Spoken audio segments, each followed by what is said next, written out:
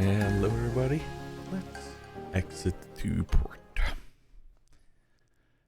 It is currently the 22nd of April, 2025, 12:30 Central European summertime. And not many days ago, roughly around midnight, I was standing in my living room, then went out on my veranda, and I looked north, and I had a moment of, is that the sun? And that's when I realized January felt like 5 years, and then suddenly we're here. And suddenly, Grumbles the dwarf is here.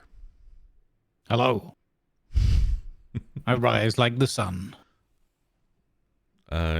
Slowly, constantly. With a lot of heat. Never setting during the summer in the Arctic. Scorching. I mean, this could be our whole podcast, honestly, just sitting and riffing like this. Random words. Random words, that too. Although I think most of our podcasts are just us saying random words, let's be fair. Yeah. Pineapple. That's reasonable. Sorry. I had to. Boo. I Boo saw that man. an opening. I saw an opening and I had to take it. That's what she said. What? Okay. I don't know. I don't know, man. I'm not a pineapple biologist. Mm-hmm. So should we start a podcast? Yeah. Let's do that. Welcome everyone to yet another episode. First and foremost, some housekeeping. I'm so sorry about forgetting to publish it on YouTube last month. It was there. Actually, no, it wasn't. It wasn't even uploaded. It was on Patreon. It was on the other sites like Spotify and so on. But I completely forgot about YouTube for some strange reason. I will fully admit and take responsibility for this, but life has been going 160 kilometers an hour for me lately. And I think it just caught up with me. Thankfully, Ratty reminded me, and we got it published. So it should be fine there. But you know, all the paying members at least got their stuff early enough. I think. I don't know. Someone who pays for our podcast will have to confirm that for me. But anyway, I'm so sorry about that, everybody.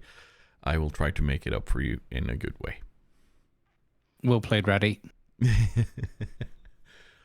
So yeah, and if you want, like, speaking of being a paying member, if you want to support this podcast and be part of what we do on Patreon, because I have a feeling we need to do something special for them soon. TM, we are actually coming up on a full year, or we're over a full year now, aren't we? February 2024 was the first paying member, I think. Yeah. So we are now over a year, so we need to figure out something we can do for our patron members. But if you want to become one of the patron members, there are 2 tiers. We have free, where once it has been an early release for our paid members, you will get everything there. And Patreon are changing things, so we might be able to do more stuff over there a bit easier. But for $2 a month on patreon.com/exit2port, you can support the podcast, and it'll help pay for the hosting fees that we have over at Buzzsprout, which is $12 a month. And yeah, I think we're up to $89 in total now. So we should soon be able to pay for a full year, which would be nice. It would be very nice. So thank you so much, everyone, for doing that already. and choosing to be part of a capitalistic society. No, don't make it too political. Not that early. Oh wait, we are, Reeling because back in. you have played Hollywood Animal. Yes. You animal. Mm-hmm. Speaking of games that hit hard, man. Yeah, exactly.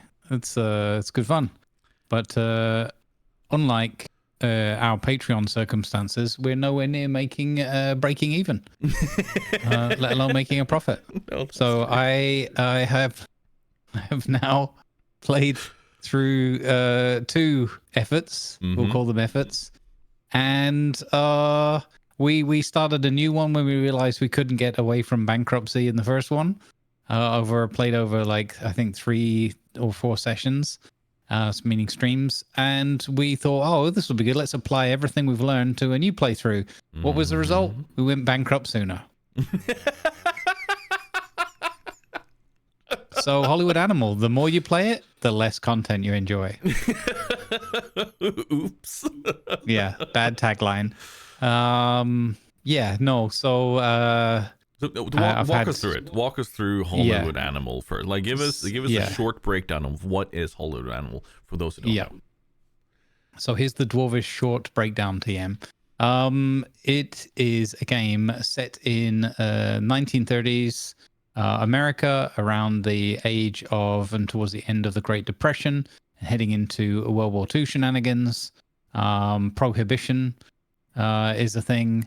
And you take over a bankrupted Hollywood studio. So you buy it on the cheap.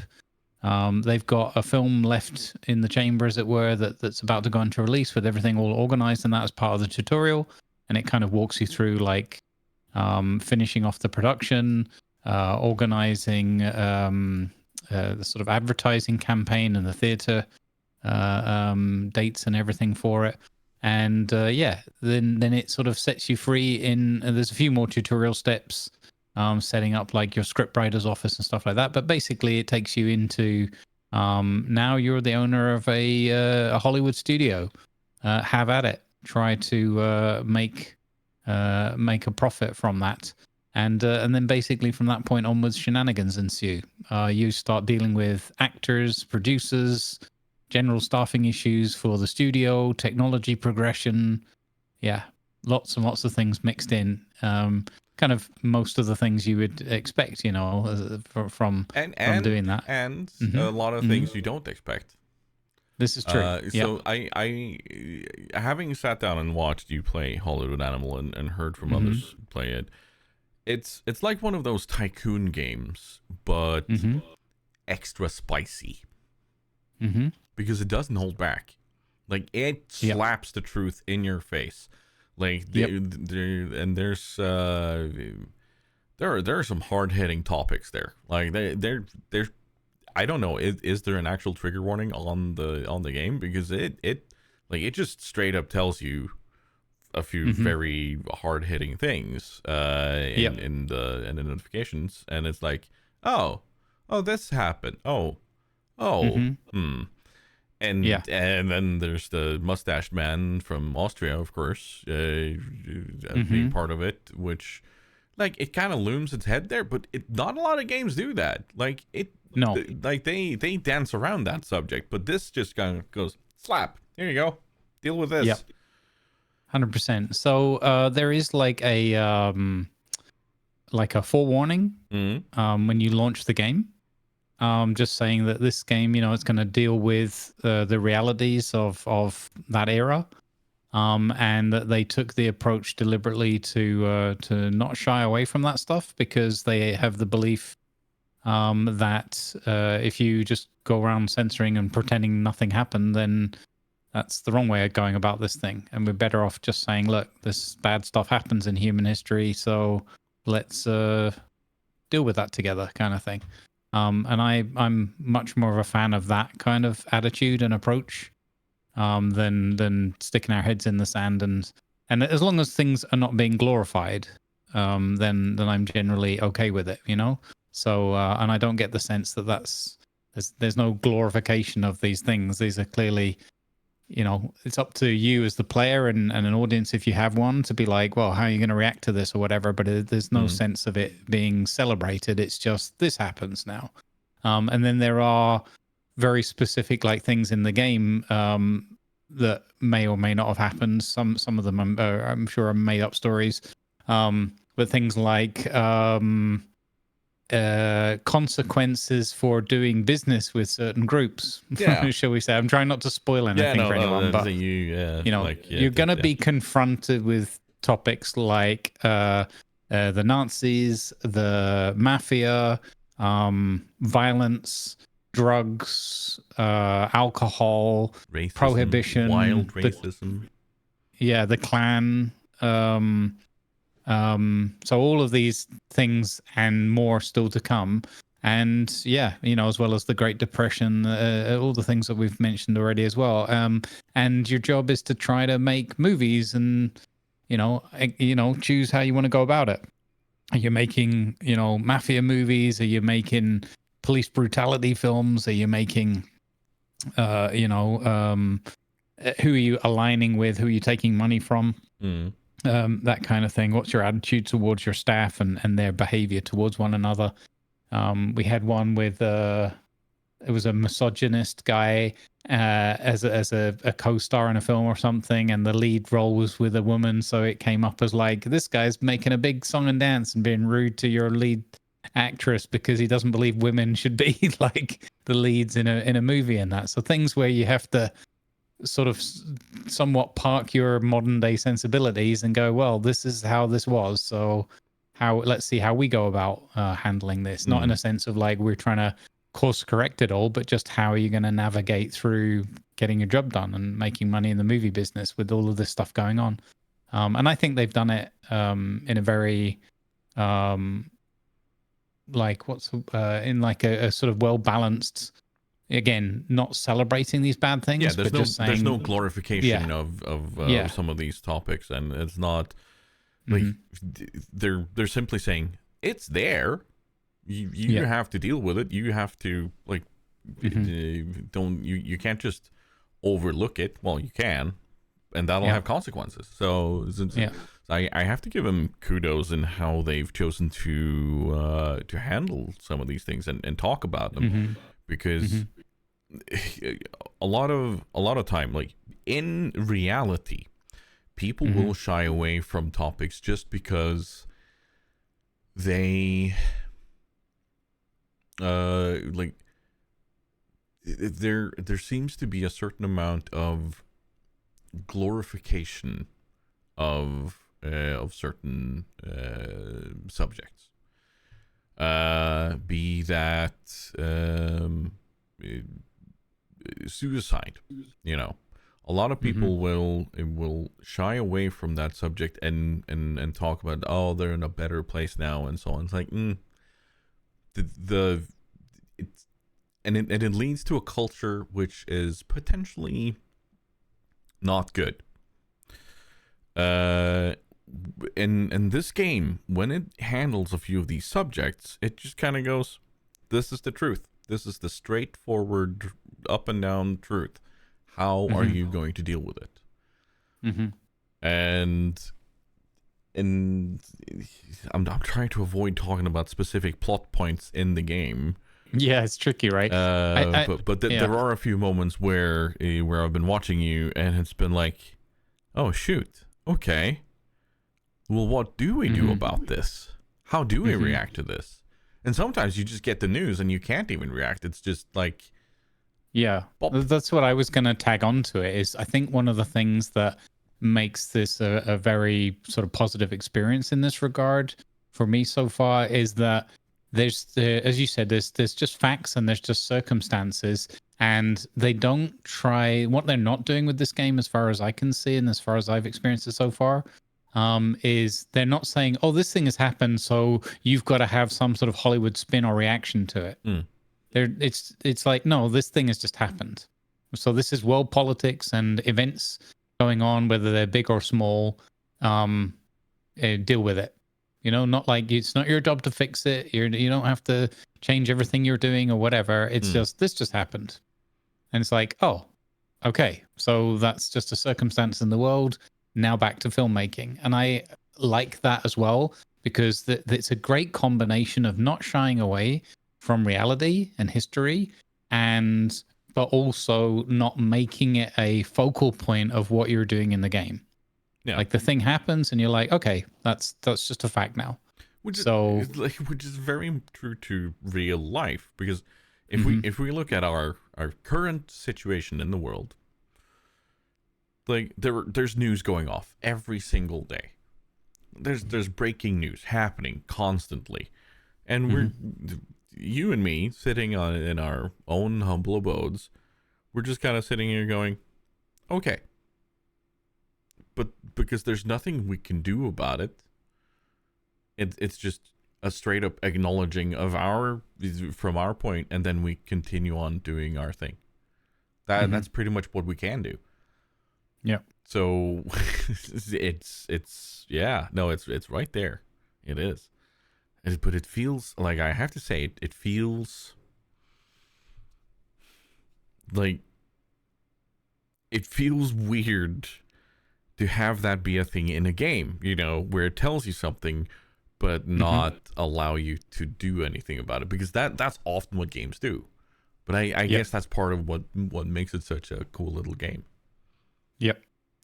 Exactly. I think that if they were doing the thing of trying to, part of your job now with this Hollywood studio is to fix this or fight against it or something, it's like, no. I think if it went down that path, then I would lose interest in the game entirely, because it's not every Tom, Dick, and Harry's job to fix everything, and I think that there's a little bit too much of that these days. Things like social media, where everything's in your face and everybody has a voice, and or albeit anonymous, hidden voice most of the time, and everyone's got an opinion on everything, and everyone's just bleating all the time. And I kind of like that this, in its way, which makes sense for the setting, just harks back to a point where it's like, no, it's not necessarily helpful and positive for everyone to bleat every 2 seconds about everything that's going on. But anyway, I like this game because it makes it's like it makes that clear delineation and this abstraction layers between, okay, this is what you're focused on, this is what else is going on, and then that some of that has repercussions and impacts you, but in sort of quite surprising ways sometimes as well. So it doesn't take you, it doesn't break the immersion, it doesn't take you away from what the core of what you're trying to achieve is. Yeah, so and it's also not it's also not doing the thing of this happens and then, oh well, nothing more to think about. No, like it is telling you these things for a reason, but it's not necessarily having you do an instant reaction to things. Be that World War II or whatnot. Yeah, it makes it feel like you're in a bigger world and a bigger sort of framework. There's stuff going on, and then there are some consequences and ramifications to things, but they just lead to like various sort of business and moral choices that you can make, but you're not locked into things or whatever. It feels like it doesn't take away your agency of what you're doing as a player. I will say, having watched this and having sat and watched Stats play 2 Point Museum, I really want a 2 Point movie studio kind of thing, Yeah. Because I think that could really fit well. Like, just have movie theaters, have different plays, and the 2 Point Entertainer or something. I don't know. Something along that line. Studio. I think that would really work well in that genre, and it could involve those same kind of events, but give kind of an escapist way of looking at it. Because Hollywood Animal, it's not going to be for everyone. Let's be fair. No. Yeah. But I agree. It's a wonderful game in that sense, and how it plays. It is. Yeah, I think the 2 Point silly cartoonish spin on things, and then you'd obviously have to it'd give it different wordings and things like that, because otherwise it would be too disjointed. I think it wouldn't fit together. but I can see definitely, and I think the idea of those little people in the 2-point style, like acting things out, going on a stage, going on a film set, and things like that, that could be fun. And then watching people come into a theater to having a cinema that you've built, and watching people come in and out and throw popcorn everywhere and leave in disgust and those kind of things. Yeah, that could be very good. The development of 4D cinema and so on, whatever it's called. Yeah. No, I think that could be cool, but Hollywood Animal has come in like a wrecking ball and put its own spin on things, and I have to give kudos to the studio. It's been enjoyable to watch, but it's also been a wake-up call, which is refreshing in a game. It is. Yeah, like it has enough of that tycoon game in it in order to make you go, okay, cool, I want to see how big can I grow, how can I influence these things, you know. And having watched you if you do a couple of tries now, it's like, what would the result be if you go full on, let's, you know, evil? Or like, what is the result of being in modern sensibilities and taking modern choices to these topics and so on, you know? Or what would it be like if you put yourself in the shoes of someone growing up in the 30s and doing these things, like, and you thought of things in that context, where racism was very real and a normal thing, but it wasn't necessarily called racism then, you know. And it was a different time. Yes. Was it a better time? Maybe not so much. Maybe not so much. What kind of playtime do you get out of Hollywood Animal? Like, what's the replayability of it? So they've actually done a couple of little things to sort of tweak that, and they've got another patch that they're working on to give you some more variety at the very beginning. So at the very beginning, it's you're kind of like in a locked-in tutorial type thing. It steps you through. You've got a few choices that you make: what kind of film, naming your some of your producers and your staff and your actors and things, the people that you've taken over, and that, so that adds an extra fun element to it and some replayability, because you can, you know, choose different names and do a different style of movie. And they're adding a bit more to that with like how much starting money you'll have and stuff like that. Some of, obviously, because it's set in a period of time, so you're going to have some repetitive events come up, you know, the Depression, the Prohibition, the Second World War, and all these kind of things. So some of these major events, but there is a bit of RNG and variation in some of the little bits and bobs. And obviously some of the choices you make, whether you do a business tie-in with, mafia types or not, or the police and all that kind of thing. So there is some variety to it. I would say the bigger events are more like, but which don't necessarily impact your ability to carry on playing the game and releasing movies and stuff. The bigger stuff is more sort of locked in because it's historical. But the fun and the granular stuff is where it's really at in the nitty gritty. Like, do I develop some new technology first? Do I invest in better actors first? Do I want a really good cinematographer? You know, do I produce movies more on set here at the studio or go on location? And what are the talents of my people, and what kind of stories and things do I want to put together? And then you have the story workshop where you write your own story, give your movie its own title, and all that kind of stuff. So I think there's plenty of things for being creative and a lot of variety and replayability in the granular aspects of the game, whilst it's set in this kind of bigger time span that just unfolds. And I haven't gone all the way through it yet because I've only got up to like 1937 or something. So it does go quite far beyond that too. And this is obviously just what they're calling like Act 1. So their first drop, and their next updates, they've got some more content coming in May and in the summertime. In the second half of the year, they want to drop the second act for this, which will be quite significant. additions to the content and more of the time frame of the total game. I'm not sure what the total time frame is, but at the moment we haven't managed to get past the 1930s yet. And it's full release, like it's not early access or anything. It is full release. I have to double check because I don't want to say the wrong thing.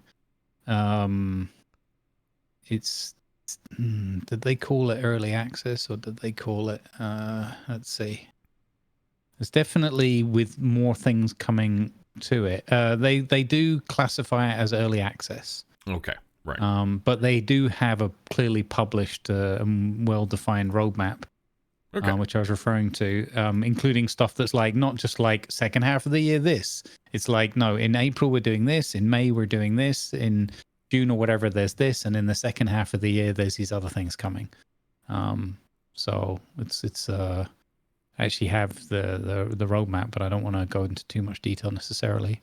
But I think it's kind of what you'd want to see from. I'm not totally averse to early access if the the core of the game is there and solid. Like it did have a few things that kind of hung, or you needed to go back to a save or whatever to get past a certain thing, and they've patched. I think they've dropped 4. They dropped another patch today, so they've done at least 4, maybe 5 patches since it went out last week, Thursday. And that's not to say, well, because there's so many errors, but it's like, no, they're just actively hotfixing things that didn't come up in their own testing based on the feedback. We could also make a point in general for games to say,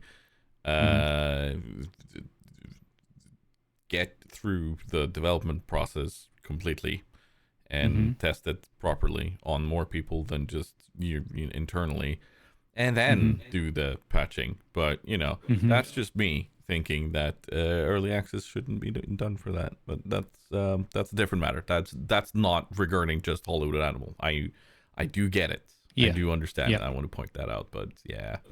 That's I've seen though is that they've done a good job with their hot fixing. They've really taken the feedback from people and been like, okay, we need to address this, and this, and they've done that. So I think you can have a couple of things, right? It can either be that well polished beforehand, but then I think you're looking at bigger studios or where there's more budget available for that kind of thing, or much bigger projects that have enough of because it's quite a niche product as well. Yeah. So I think if you look at it just on its own merits, what I see is a developer and publisher that are very engaged with their products, that are actively engaged with their player base and community, and that are responsive and reacting well to the reception and what people are liking and what people are not liking so much. As long as it doesn't take away from their actual development process, then I'm all for it. Exactly. That's the important part, because I've seen a couple titles do that thing of, we're in early access and here's the stuff, here's our roadmap, and then all the bugs, and then roadmap just kind of dissipates because they're not able to follow it anymore. So I think the last thing I would say is the key thing is, so first, it's had very good audience engagement. People have had a lot of fun with it. All the elements that we can kind of chew the names up with each other, and what kind of movies we're going to make and all this kind of thing. It's been very fun and good for people to watch. I agree with you fully. They need to then deliver on their roadmap that they have, and because they've listed what they're going to do in May and June and July, it's going to be easy for me to go back and say, yeah, look, they lived up to this or they didn't. I think I forgot what the other core point I was going to make, but I'm so far I'm very optimistic. I'm very enthusiastic about the experience, and it's definitely not one of those where it's like, oof, this wasn't ready. This needed more time to cook, and we've played a few of those and talked about a few of those. It had the usual few percent off at first launch, and it's only $19 in total as well. So that's what I'm saying, that they probably don't have the biggest budget to do. Right. Not making excuses for them, but I think at its price point, for what it's offering in a niche, and with their obvious engagement and enthusiasm about what they're doing in response to feedback and people's enjoyment, I think this has done a great job so far. Well, that's good to hear, and it's going to be exciting to follow that journey forward, to see where they're going, like how much are they expanding, how are they expanding, all of these things, just to see how they continue on. But one game that will not be continuing on yet, at least, is Generation Zero. Generation Zero, coming out of Avalanche Studios, who 5 years ago now, 6 years ago now, many years ago now, where one of the devs of Hunter Call of the Wild sat down as part of a vacation and made a modified version, which then eventually popped up to be Generation Zero. Where they recently had their final story patch. Like there's not going to be any active development on that game anymore. And I have to say, having been part of that journey from pretty much day one, and playing it all the way up and finishing the story and seeing what they've done and development cycle, I love that game. I love the setting. My only problem with it is that it's in Sweden. I'm kidding. I love you, Sweden. It's just, they've done something really, really correct with that game. It's like it was full release when it first came out, but they saw, okay, we need to add more. We can add more. Like there's no problem to add in more story. There's no problem to add in more bot variations and so on, because Generation Zero, for those who don't know, is set in 1989 in Sweden, in a made up island in the archipelago. You arrive back home on your main island after having been on a camping trip together with some friends as a teen, to the world being upside down, pretty much. And then you start exploring the island, you start finding gear, you start unraveling every last bit of confusion about what's going on, and you figure out the mystery of this. So the latest patch was kind of a let's tie up some loose ends. And it was amazing. Awesome. And pretty much what they said in their Sundown patch note on Steam was there will be more Generation Zero in the future, because the story is not done, but not in this game. So I think they've pretty much just said there is going to be a Generation Zero 2 at some point. And I'm really happy about that, because really cool setting, really cool setting. Are you familiar with Tales from the Loop? Not really. Like I think I've seen like the first one or something, but yeah, so with the big robots thing, and the artwork and so on, it is very much an inspiration for Generation Zero.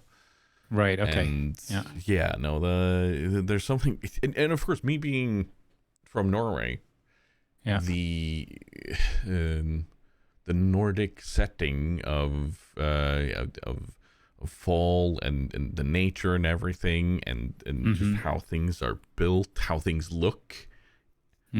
Being a child from '85, like these are kind of the things that I would grow up with, like seeing as I grew up, and that felt just very, very at home, kind of, except for the murderous robots. Yeah, like so the good bits were okay. Yeah. No, like it's genuinely a cool game, and I will still fully recommend people to pick it up if it ever comes on sale, because it's very cool. It is. I have a question, because you played co-op in that, right? Yes. So how did you find the co-op? Like, how does that work? So in the start, it was very clear that they hadn't thought about difficulty settings in the start. Right. Because it was the same if you played solo as if you were in a group. Right. And me and Skype Cthulhu, my very good friend, who was the one who introduced me to Generation Zero, we played together from the start, played everything, and some of the fights, oh my lord, fabulously cool and harrowing, but I wouldn't have been able to go through those fights on my own, simply because of how the bots behave. And then they later did something with scaling, making it a bit easier to do in solo too. But I would say that this is a game best played together with friends, honestly. One or two or even three, because you can have up to 4 in a party. It's really cool. That's cool. Because there's plenty to see, and I bet even for me, having played through from start and pretty much actively gone to see everything, I bet there's stuff out there I haven't seen. Yeah. Cool. And that's why I love it, because there's so much going on. They made some changes and balanced a few things where towards the end it made it a bit harder for us, even long-term players, to get some crafting done of needed survival gear. Okay. But I don't think I would have minded. Like if I was playing it for the first time now and having those things be part of my balance, so that I knew that I now need to do that. It adds longevity to the game. Right. But for my sake, it coming in at the very end, and when I needed to just craft something quickly, it was a bit like, okay, I have to redo many things now. That's not fun. But if it was part of the process of me going through the game naturally and setting these things up, it would be more like, okay, cool. Well, then we'll have to do one of these, and then we can continue on. So it would make more sense for someone now than it was for, us veterans going through it, where we pretty much just raw dogged it with throwing ammo at the problem instead of using health related items, because we had enough ammo. Right. Yeah. Fire everything. Yeah. That's one of the bonuses of having played for as long as we have. Like we have goblined everything. Like just stow it away for a dark day, and our dark day came, but we fixed it. So no, Generation Zero final patch. If you have it and you haven't played it, go ahead and play it. This is my my genuine, heartfelt recommendation for it. Nice. And from one robot to another, Lightyear Frontier, which you have played. Yep. I will recommend you to maybe do a new playthrough of it. Because they've added a few things, they've changed a few things, and it's just such a nice game. It's just awesome. Yeah, and I played a bit together with stats in it, and it's just talk about a soothing game, huh? And the music and the setting, and the closest thing you have to any sort of scary adversary is water. Yeah. So no, it's and honestly, it's a tiny bit of fun story too. How far did you get in it?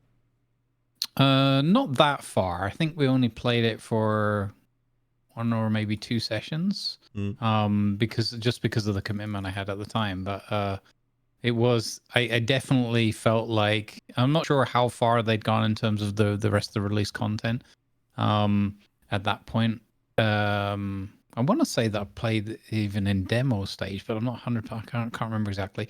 But yeah, so it was definitely one of those like, oh, let's keep an eye on this. We've got to see where this develops because it's going to be a lot of chilled out fun.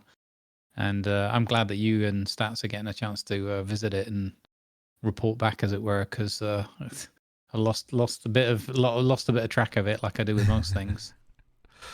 Yeah, no, I've gone through the entire story, and this is now going to be one of those games that I will definitely pop into offline, like when I just need to chill and just do some farming, put up a new building for taking care of animals or whatnot.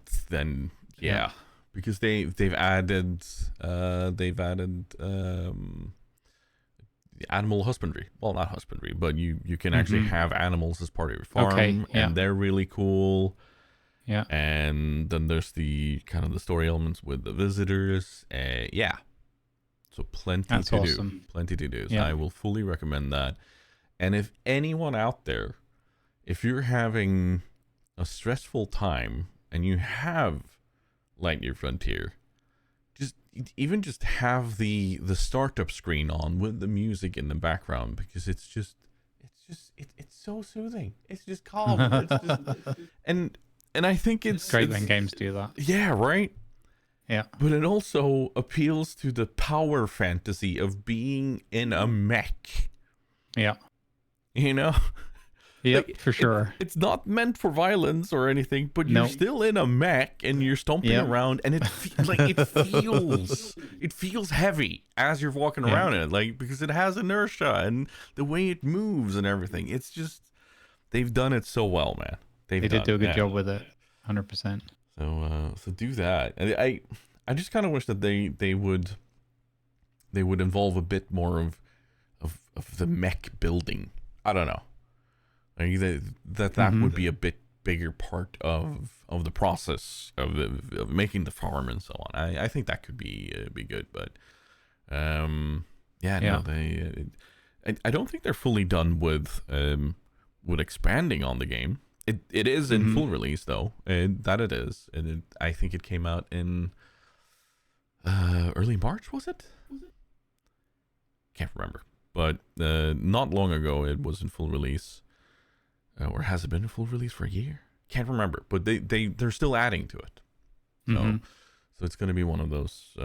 It definitely a bunch of things that you've mentioned that weren't there when I played it. So that's good. That's kind of what I was hoping and expecting for it. I was like, this feels like they're going to add these things. And I'm glad that they've come through with it. It's great when games do that. It is. I will definitely be keeping my eye on it further forward to see if they update things and make it even more exciting. Cool. No, it's excellent. Like, it's just straight up excellent. Again, the only problem with it, I think it's made in Sweden. I'm sorry, Sweden. Sensing a bit of a theme here, Tiger. It could be. It could be a bit of a theme here, but no. Excellently made game. It is. And I do see some chances of DLCs and other things for it. Nice. Going forward. Nice. But you've played Echoes of Elysium. Yes. Or the airship builder part. Yeah. Airship builder part of Echoes of Elysium. Yeah. So what they've done is confused. Yeah, so they've done, it's quite a novel thing, and I think it works quite well in this particular situation. There's an upcoming game called Echoes of Elysium, and it's not slated with specific dates for release yet, but it's a big airship RPG procedural world going on. Go around gathering resources, building up your big ship and everything. So it's kind of like I like this concept of your base is your big ships that you're building, so they go with you kind of thing, rather than go out, collect, come back kind of thing. So that seems quite cool to me, appeals to me. They created an airship builder like not sub game, but like a sub product that they released. It's freely available right now. Maybe not as of the time of listening, but and they this basically introduces you to the let's say build screen of putting your airship together. Whether this is going to look like this in the full game, I can't say. There wasn't detail on that specifically that I saw in the gubbins they gave me. But essentially, this let you introduce you to sort of the core parts or whatever, the crafting tables, engines, thrusters, weaponry, and stuff like that of building an airship. And with the purpose, obviously, promoting the game in the background, but also a competition that they're running, where anybody can get access to this free shipbuilder and do what I did, probably a lot better than how I did it. But put together your ship, save it, screenshot it using the in-game photo mode, and upload it to them, and join their Discord and everything, and you've got a chance of winning some prizes. The grand prize, and then with the idea being that if they pick some of these ones, they'll go into the game as well. And you could either create a player creatable and flyable ship, or create an enemy ship, but you can only do one per Steam account. But you have a chance to get your creations into the game. Honestly, I hope that there's no chance they're going to pick mine. It's super ugly, but it would be hilarious. And the grand prize includes if you win that, a 3D printed version of your airship. Oh wow! That they then send to you. Yeah. And custom T-shirts, keys to the game, that kind of thing. But I thought that was a really neat aspect of this as well, to have this competition. So you couldn't play the game. There was a thing in the photo mode where you could sort of add in, an island and give it a bit of a feel and everything that we did to make the screenshots at the end. But you couldn't actually sort of play the game and all that. It's not ready yet, I assume. Again, it's not slated with a specific date for release yet. But I thought this was kind of a novel way of getting some traction, getting some attention. And the fact that, to offer this tool out, it's quite a simple tool. I'm not saying it's simple in terms of the development effort and all the rest of it, but all you do is go into like a hologram kind of room and just make a ship from the pieces given. But yeah, it's pretty cool. It was pretty chill.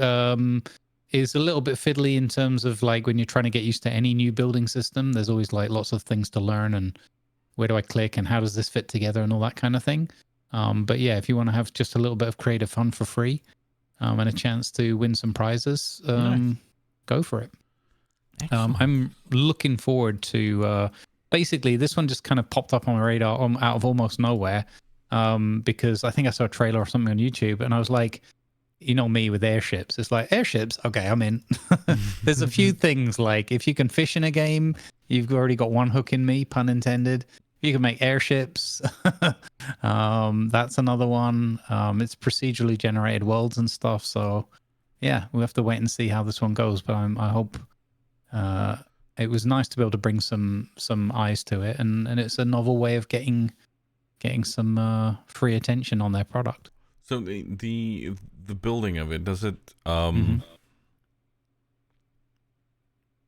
does it kind of what style of building is? Are we talking raft style, or are we talking more these are finished modules that you click on?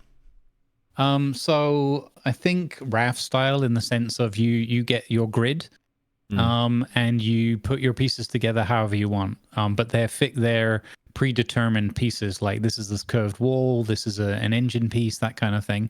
And then you just plug like all your crafting tables and beds and decor and stuff like that into the ship wherever they fit.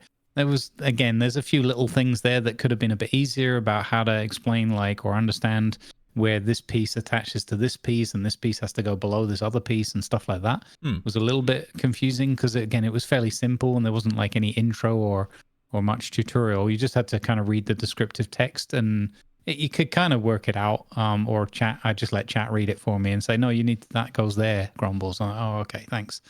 So it wasn't like the most intuitive, but it wasn't bad either. It was just, yeah. So it's kind of a raft style thing. There's lots of components and pieces you can make, and they're going to have different costs, metal, wood, that kind of thing. And then the rest is just creativity or whatever, Are we gonna have Air Shark? We're gonna have Air Yeah, Bruce? I mean, I don't think I'm going to have time, but we'll see. I'm very tempted to give it another go and try and make something better, because I'm actually enthusiastic about it. It'd be fun to see something that I'd made in the game. But I'm sure that there's going to be some absolute creative brilliance out there. I meant like Bruce in Raft. Oh, I see. Yeah. Oh, I don't know. Unclear. So your character is going to have like a wingsuit and like little rocket jetpacks on it or whatever. So okay. It's going to be like that. You're going to build these things, and then you're going to be like hopping off them. A little bit like that Aloft that we played not a little while back with the floating islands and everything. Think like floating base, or maybe like a little fleet, an armada of these ships, and flying together, and then you can hop on and off the ship and stuff, and you go on, the ships are going to have winches and things to gather resources from the ground, and spike into a tree and pull it up to the ship for processing, that kind of thing. It's got some very interesting ideas about it. So it reminds me a bit of Last Oasis with the walkers. Huh. And wait, Last Oasis. That was with the Strand Beasts, Oh yeah. Echoes of Elysium. Let's have a look at this. I'm gonna add that to my wish list. Snail Games. Yeah, I didn't mention the publishers deliberately. They're not obviously the developers is another company underneath. Loric, but yeah, okay. Yeah. I'll be honest, seeing the publisher, it makes me kind of go, okay, let's just. No, I thought the same. So I thought, well, let's give it a go and see, because we'll see, right? And you never know; it might be different people, different teams. Exactly. Yeah. We're not going to judge it out of one part of their way of doing things. That is all.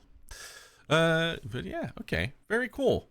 It's definitely a game I'm going to keep my eye on too. Because it sounds like it could be one of those that I will really enjoy. Yeah. I'm hoping that it'll have some fun like co-op stuff. I don't know enough about the actual game, because I said it only just sort of popped up on my radar by chance, and I was like, oh, well, we'll have a little go at this. Why not? And the purpose of the builder was just to promote their competition. So I think that was quite good as well, because even the links and everything that they wanted me to do in the little sponsor bit was like, it wasn't like everyone go to the actual game. It was like, no, go and get the builder for free and join the competition. So, Yeah. Well, it does say online co-op, so we'll just have to see. Have to see what it does. Excellent. Speaking of building. Yes. Contractville.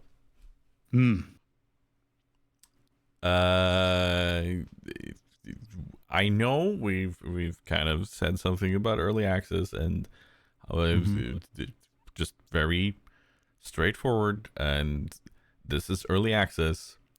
And it shows, but not necessarily in a bad way. There are, like, for an early access game that I can clearly see is still being developed in a very rapid way. I've only had a couple of issues where it's like, why did this happen? But that's like, it could be my PC about to shut down, or it could be because the game crapped out on me. So I've had a couple of crashes, but we're not talking every single time I've played. We're not talking a consistent crash when something happens. No, it's random crashes. But that could be my PC. Want to point that out. But that's a title that I've fully enjoyed now for a bit. And me and you, we played it a tiny bit together. Yep. And for those who don't know what Contractville is, it's So this is a mix between The Sims with how you build and plan buildings. There's also some power wash simulator kind of elements. There's some house flippery elements. There's some Grand Theft Auto elements, kind of, with just zooming about in traffic and doing your thing. Like, they have, in a very impressive way, intertwined many elements from other games and made it work. The only kind of issue I have with it is that some of the tutorials do not need to pop up in the middle of my face as I'm trying to do something. Instead, have like this is a tutorial you should do before you jump into this task. And then walk you through it. Because you could be driving along and then suddenly, here's a tutorial that you need to read right now. And then you just kind of exit out of it because you don't want to read it right there and then because you're trying to get to a place, right? Yeah. And then it's like, okay, where is the tutorial? Like, you have everything available in game. You don't have to go on the internet or anything. There is a game guide and it is easy to reach, but it's sometimes they pop up at inopportune moments. Yeah. And they could probably do something with how the sequencing of things is, so that you just don't exit out of something. Because, but that could be me and my impatience with certain elements in games like these, though. But what was your thought of yeah? this? Well, when we were preparing earlier, I wrote down Contractville, a bundle of chaotic fun. So that's my takeaway from it. I would say I agree with you. It is early access, so it's not going to be for everyone if you're looking for more polish. It has, as Tiger said, it does bundle a bunch of things together, but they sort of fit together quite well and function well. Definitely needs more polish for sure. I think the crux of it for me is if you enjoy co-op and you enjoy sort of chaotic fun shenanigans and accepting that things are not perfectly polished, and you embrace that as part of the fun. And then there are going to be some people that listen to this and go, what you mean? So it's just not finished. So why bother? You know, and that's fine. If that's how that makes you feel, yeah, this one's not ready for you. It might not be for you at all. But if you are willing to just sort of embrace the fun elements of it and the kind of cars that are not going to drive in a way that would feel like a car's driving or whatever, and that kind of thing. But if you're ready to just sort of have a little bit of silliness with it, and I think especially if you've got one or more people that want to play it with you, I think it's up to 4 together, right? Yeah. It's going to be hard to get through sessions of this with people and not end up a little bit with your cheeks hurting from laughing and smiling a lot. Yeah. It's one of those kinds of games. Not unique. There's other like construction sim and similar things. But it's in that vein. That's what you're going to get from this game. But I think also it's very ambitious in all the different things it's trying to sort of tie together. So great start. Really had a lot of fun with it, like silly moments of laughter and everything. And I'm looking forward to seeing how it develops. But I think the best thing I can say to people is if you're curious about Contractville, just go and check Tiger either when he's playing it or check his VODs, and then you'll see. Then you'll understand, because Tiger's got groups of players, friends that play with him that just know exactly how to have fun with this, embrace it, and get the most out of it. That's what you should do. Go and check out and see, okay, is this for me and my friends, or is this, we wouldn't play like this, so we're not going to enjoy it so much? Because I think it will, as much as you can say we can jump in and have some fun with it, I don't think it's the sort of thing that I would sit down and like just, play on my own kind of thing. But not at this stage anyway. Maybe with more polish and that. I can definitely see people sitting down and just enjoying this over a long period of time, like taking their time to fully, build a house in a realistic way and make sure that things match, make sure that it's nice and neat and proper and tidy and everything. I can also see those people very much enjoying that part of the game.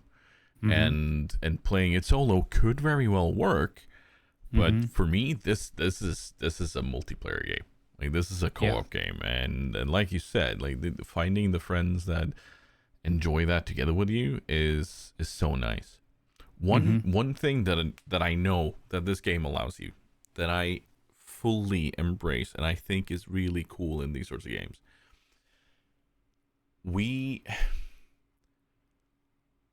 So some of these sim games will kind of tie you all to do the same job. Like, you all have to be in the same house, in the same area, doing the same thing. Yeah. But Contractville has so far, kind of like in both Ships at Sea and Construction Simulator, we're good at doing things. You have the ability to do things separately. Right. I can work on one mission, and the other 3 people can work on 3 separate contracts on their own around in the city and do their own thing if they want to. And that is actually kind of impressive, because you work together in a company, you do your thing together, but and you're working towards a goal, but it's just like they've nailed that kind of fine line so far. And seeing their roadmap, which is it doesn't seem over ambitious. Like, it doesn't seem like they're going to be biting off more than they can chew. And also seeing how it's even developed over the last just couple of months.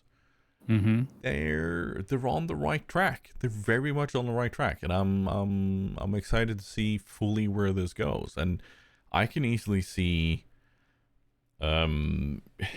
DLCs or add-on patches for this, where you suddenly get a completely new biome, for lack of a better word, or another town to work in, that kind of thing, or so on, and it's they've definitely tickled me with how they're doing things. So it's tickle, yeah, and like they have this. The only thing I think I would add to this, to make it even more, what should we say, gamer friendly. Yeah. Do you know the little ding that you get in Power Wash Simulator as you're done with one tiny part of washing something? I can't say that I know it that well, but I can imagine. Yeah. There's this little satisfying ding sound that goes off once you're done washing or cleaning one set of a room or whatever. You have like some of these smaller pieces that okay, there's a door handle, right? Okay. Once you're done with the door handle, ding. Just ding. Yeah. Like, that's all. Just so you know that, oh, I finished something. Cool. Yeah. Okay. And then you go on, because you keep searching for the things. And if Contractville did that, because it does it in kind of a way where when you do mission parts, if it started doing that for stuff like, when we were installing radiators and when a room was done, or you did something correct to up the value of something, if it gave you that little ding, it's like, ooh, oh yes, this is positive. I like this. I'm gonna do this more. Yeah. And I think that would actually add a lot of value to it. But Yeah, I can definitely see that. I liked that they did the visual thing for the smashing the concrete and everything for the demolition. yeah. I thought that was pretty cool. We had the little extra mini game to hit the stuff to break it down in less hits, and you had good visuals with how it showed the damage and all that. But I agree, if it was reinforced by a little sound, not too many, but just a few little here and there, or completing a subtask, I agree. I think that would definitely add something to it. It's definitely going to be on my menu a long time. I have a feeling. Because there's plenty of stuff to do. Like, we're talking everything from building up your HQ to completing contracts to the main missions. So there's a difference between contracts and main missions, and then you have the Go Green initiative, and yeah. Then there's taxi services that you can actually be. So there's plenty to do. And I kind of have a feeling that they are going to be bringing in even more things at some point. So Yeah.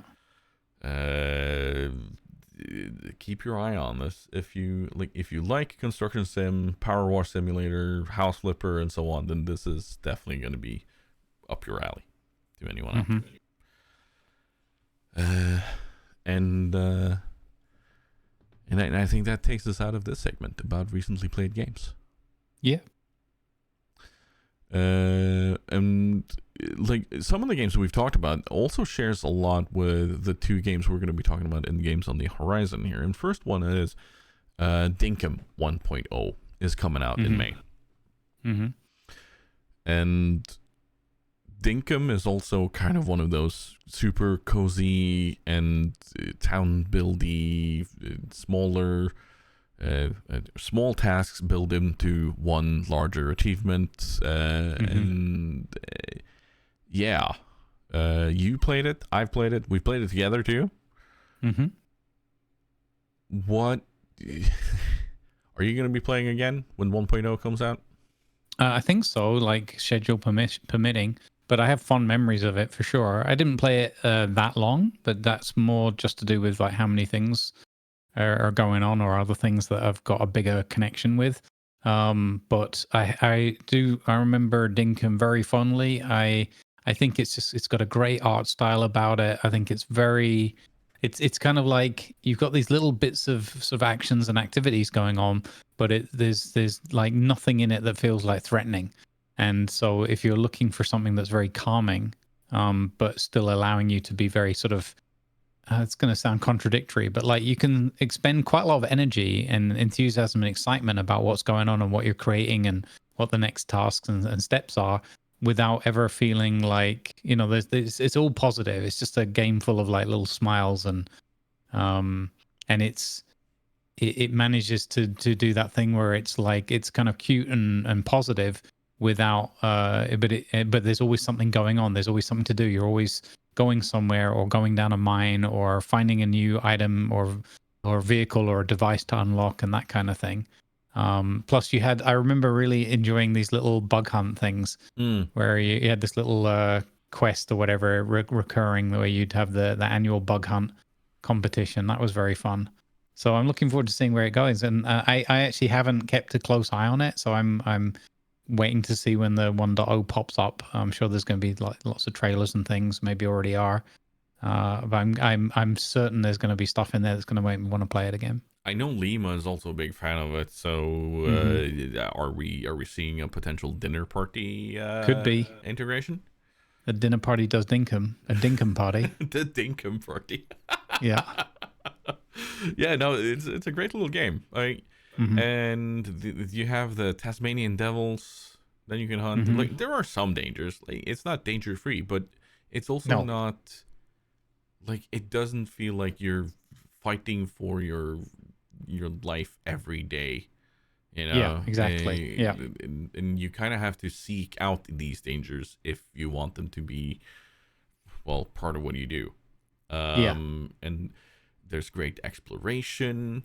There's some story. I hope they build on that because that was actually kind of fun to talk to each of the characters, to get to know more about their backstory and everything. Yep. And yeah, no, I'm very much looking forward to 1.0 on that. Yeah. So I thought that was a clever thing that they did as well, the way they had that kind of social interaction thing with the characters and their very distinct personalities and everything, and you could like pay more or less attention and, you know, work more towards certain goals or with certain characters or not. It was that added a nice degree of variety as well to it, and it was all done with good humor as well. So it was indeed. So and another thing, since we talked about those other games, even though this is the 1.0 release or whatever, that game was already very well polished. Oh yeah, like I don't remember running into any bugs, apart from the ones we were catching with nets. Yeah, I remember that game already being very, very solid. Definitely. So definitely, yeah, it should be good. I think it was like one man developed, and then he later got some help with further publishing and so on. So it's cool. It's definitely one of those really, really nice little ones where you get to put your influence on the world, so to speak. And if you want to dig a canal through the land, you can. If you want to build a village on top of a little hill, you can.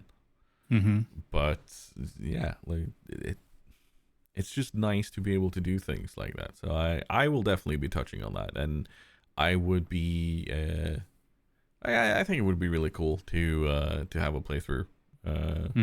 I know Mari also enjoys Dinkum, so maybe I'll just keep it for Mari and Tiger time. We'll see. This is a great game. But we also have the release of RoadCraft in May. Yep. I didn't touch on the demo. I've merely watched, but I also know, having played both SnowRunner and other similar games, that this is definitely one of those for me. And knowing that it has multiplayer and it has that progression stage of actually doing the task together, you go out, you explore, you build the thing, it adds a tiny bit more to it than just drive the thing there. Yeah.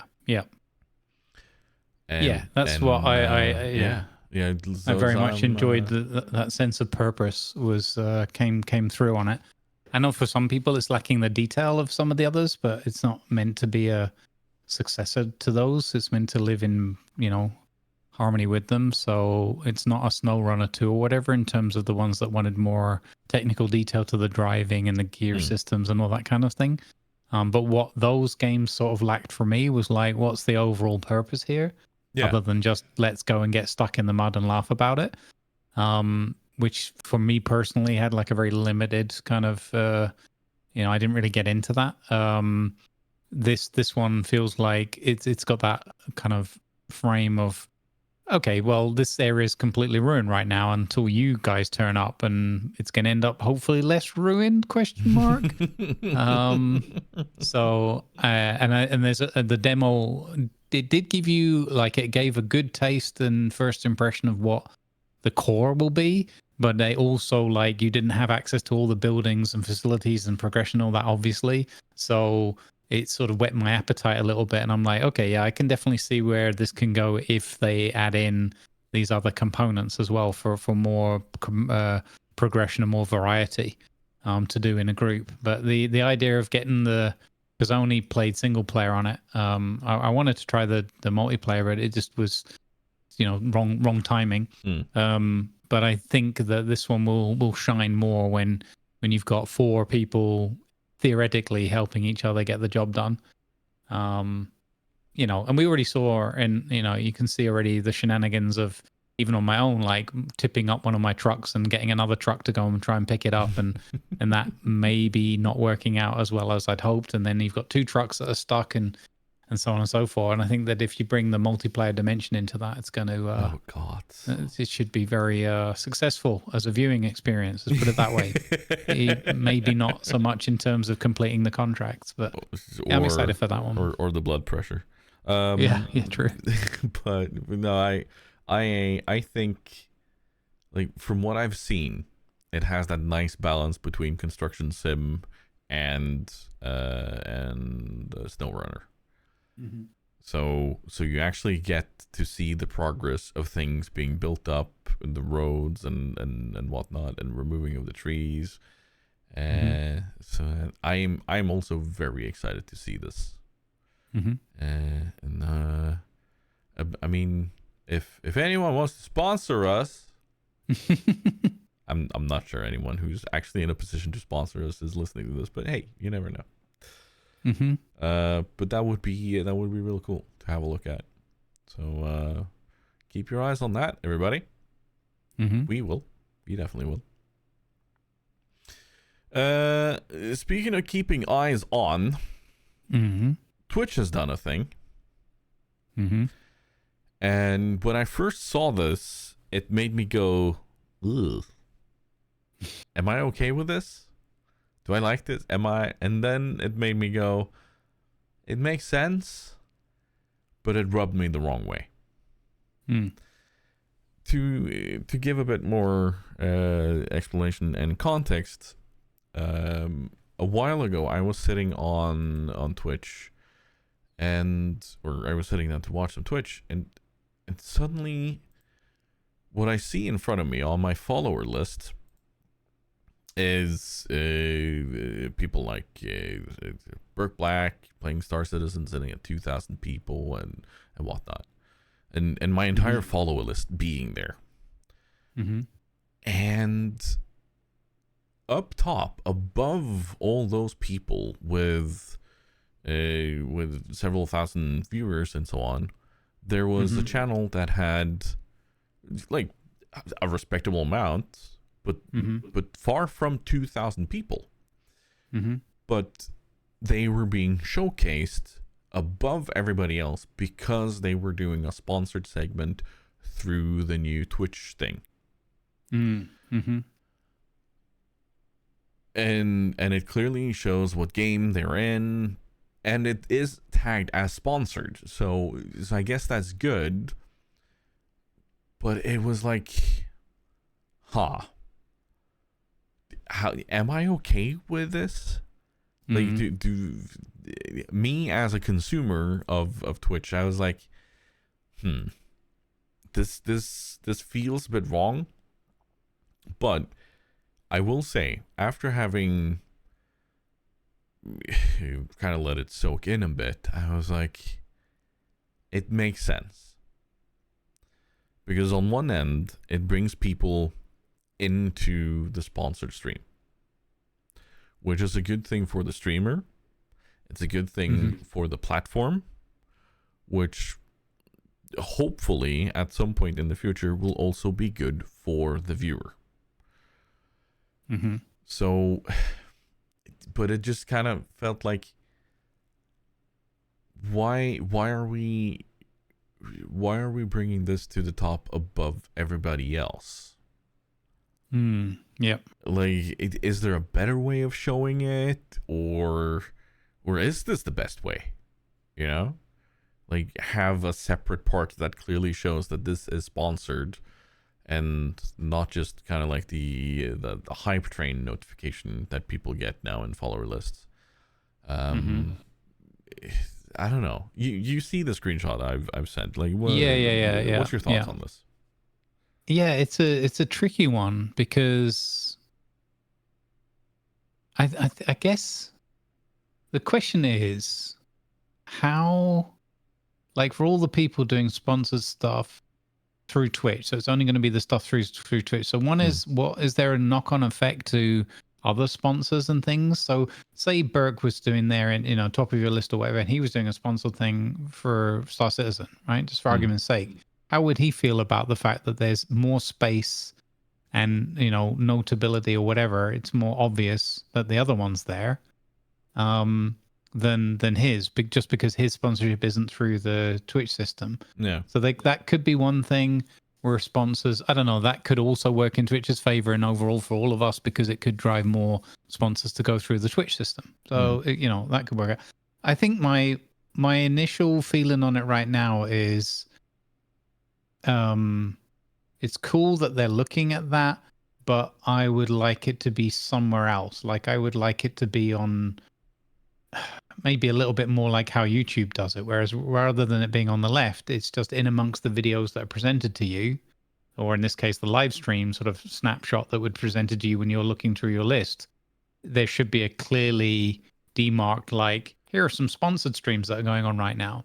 And maybe they could have bars of those that are like interspersed in between your list of channels you follow or whatever, the categories, depending on how you want it to look. So I don't really like it appearing at the top left, partly because how do they pick which one? Yeah. Like, is it because I follow that category and I like that, so I wouldn't mind being alerted to it? Because I will say I follow this person, so they would normally be part of my follower list.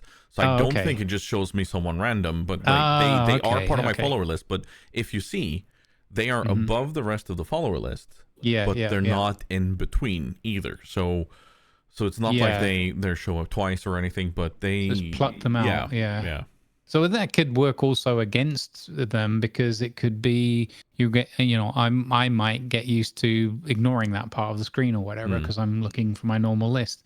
I think I would prefer them to just appear in the normal list, and then there's just something like a little highlight outline or something else that shows that's what they're doing. Like instead of the red dot, or this might not work because colorblind and whatnot, but something where or maybe their box goes around the number and the dot or something like that. I think there's a different way. Sorry, I know it's hard if you're listening to the podcast, but essentially I think it would be better if there was a way to visually highlight and represent that there's a sponsored thing going on, whilst maintaining their position in the list, rather than putting them at the top.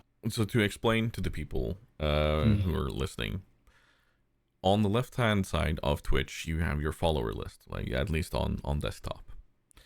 And what we are currently looking at normally is that the ones with the most viewers are up top, and you see their names and they go down in sequence.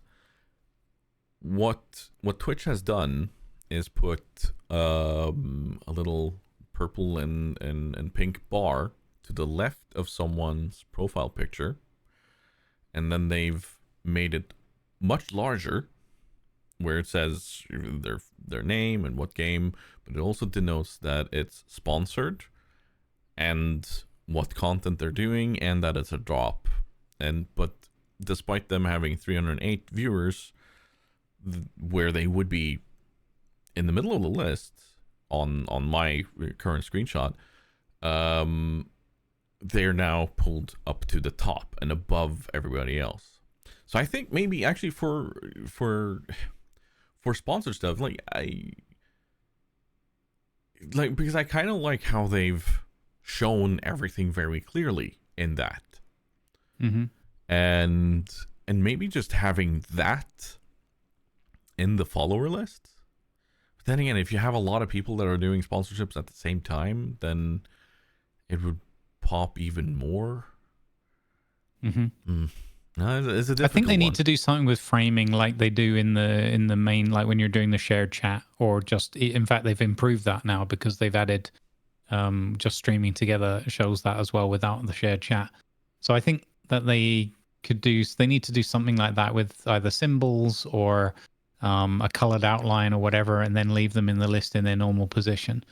Because, I mean, that's just my gut reaction to it so far. But we'll just see how it develops. I think, again, it's going to be challenging. If 2 or 3 of the people in that list were doing a sponsored part, how would that look? Yeah, that's also why I'm thinking that having them in a separate segment is good.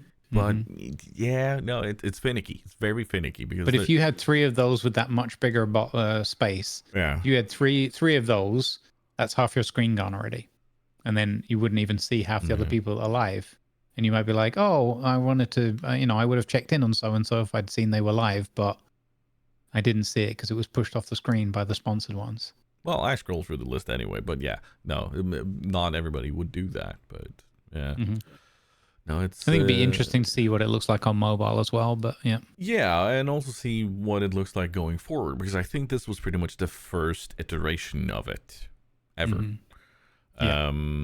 So I'm like I like the fact that they are trying to highlight in good ways. They are trying to bring attention to people that are directly bringing money to Twitch. And because like I said initially here, it helps the streamer, it helps the brand, and it helps the platform. Mm-hmm. And those three things together will help the viewer. Mm-hmm. So I'm cautiously optimistic to see where this goes. But it's also that, that same kind of, am I okay with this? It's that part, but it's it's a tough thing, because ideally I think all of us would just want to have a free place to stream and just sit there and be kind of this is what we do, Mm-hmm. no ads, no need for revenue or anything. It would be lovely if we didn't need that, but here we are, and the cost of doing these things is very much there for a platform. So they also need to make things go around, despite them being directly tied to Amazon. I mean, random brand name here. They are doing another thing to kind of prevent churn, I guess. And the second one that they've started doing is putting a little bit of a highlight on the resub button, in case the subscription has ran out or not gone through failure of payment or whatever. And I don't mind that one. I think it's okay, because like what I see on my screen now, if I go to a channel where I have previously been subbed, the only way I would know if the sub ran out is if I have email notifications on, or I suddenly get ads. What they are doing now is the resub button is now yellow, and it says recover your sub. I think they could work on the wording there a bit, but but it shows more clearly that it will run out now if you don't do something about the payment or similar. So you keep your bonuses, your streak, or whatever, if you care about that. But more importantly, it gives you the chance of reacting to it or acting on it before it actually runs out. So, and I know for some people on Twitch, keeping those streaks, keeping it alive is important, and as part of a kind of a gamified way of talking to the streamer and so on, Yep. No, I don't disagree with the intent. I dislike the wording. Yeah, it's the wording I have an issue with. As soon as I see the wording "recover your sub," it makes me automatically feel like something's gone wrong.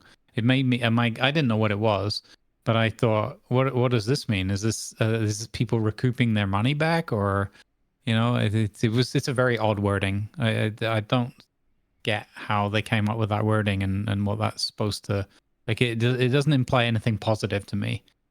And when you see that in like a yellow warning symbol color as well. So I think they could have done better. I think that just changing the color or putting a highlight box or both around the sub button for that circumstance would have been better than just putting the different wording there. I just kind of imagine that it would be better to, like if you highlight it in a way there, and so that when you mouse over, you get the pop-up saying there's been an issue with payment, or whatever it may be. Yeah. That way it's not recover your sub, because it is very alarming right now. But yeah, I think that's the thing. I think it's more like short-term stress-inducing than positive, and I don't think that's the intention. But it's also not like it's not done in an alarming way, like, because they could send out a really dramatic email or something, or do what some companies do, which I feel is a toxic attitude, where you rely on the FOMO of things. You basically use emotional blackmail, because a lot of companies will use the kind of, oh, how sad the streamer would be if your sub ran out. You know, that could be the word that you went for, and I would not enjoy that at all. No, I agree. That would piss me off. This is more like, something's wrong. What's going on? It does make me want to go figure out what's wrong. So, you know. Goal achieved, I guess. But no, they are working on their platform. They are. I just kind of wish that it would mean that they don't let go senior staff anymore, and just work a bit longer on things instead of always having to work through everything. But I also know, like we've said so many times before, they're a business. They need to make a profit. Yeah. Let me just whip that horse one more time. There we go. Speaking of horses that have been whipped, know your role. That intro, man. Best intro soundbite ever. You know what? I'm gonna have to disagree, because the best intro soundbite ever is still the way too epic intro for Conquest and Cataclysm. I am genuinely super happy about that. So yeah. And that's what we're going to talk about now. It's the next story arc in Conquest and Cataclysm that we've started recording. Because we made some changes. We did. Why don't you tell the people what we've done? Where did it all go? That's the question. No, after some very healthy and fun discussions about how to get the most out of the experience, both for ourselves and for our audiences, we concluded that it would be beneficial to look at switching to recorded sessions in advance, and publishing potentially more episodes with slightly shorter durations. But maybe also angled towards, the arc progression of the stories and cliffhangers and things like that. And making it a little bit more of a, or being able to do a few different things and increase and improve on some production elements that we all felt would be, could be better, that we felt like that we could do better for the audience and for the product. So yeah, we've switched over to doing recorded sessions, 1 or 2 a month, depending on everyone's schedules. It's not easy, never easy to get everybody even in a virtual room together. But we've managed to come up with 2 dates for this month. One of them we've achieved. We'll see if the second one works.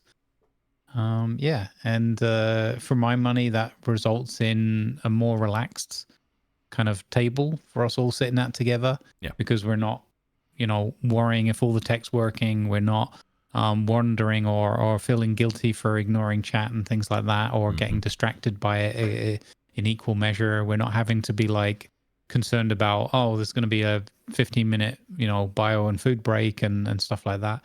And of course, what was very important for all of us is because we have people in different life and work circumstances and different time zones, parts of the world. The scheduling now allows us to cater for that much better. Yeah. Meaning that people aren't up through the night or worrying about having to work early the next morning, or arriving home from whatever commitments too late or for the stream time and things like that. So it should, and already has, in my opinion, result in a more relaxed group who's able to put therefore more of their energy into the creativity and camaraderie that we exhibit during and experience together during these sessions. So yeah, looking forward to doing that. We have recorded the first episode in what will be the new arc. The goal going forward, like you've already said, is that instead of us doing like a 3 to 4 hour episode in one go where we stream and then there's a break in the middle, will be like, at least I'm hoping that content wise and story wise we'll be able to do one recording of 3 to 4 hours, all depending, and that makes 2 episodes, maybe even 3, all depending on how well structured we are, where we are in story, and so on. But the idea is to bring content more regularly and in a good way to you guys without without too many big breaks. But before we start doing that, I at least want to have a few more episodes ready to go so that we know that, okay, we have some buffer, we have some time, and hopefully we can work our way up to what will be a full season, honestly.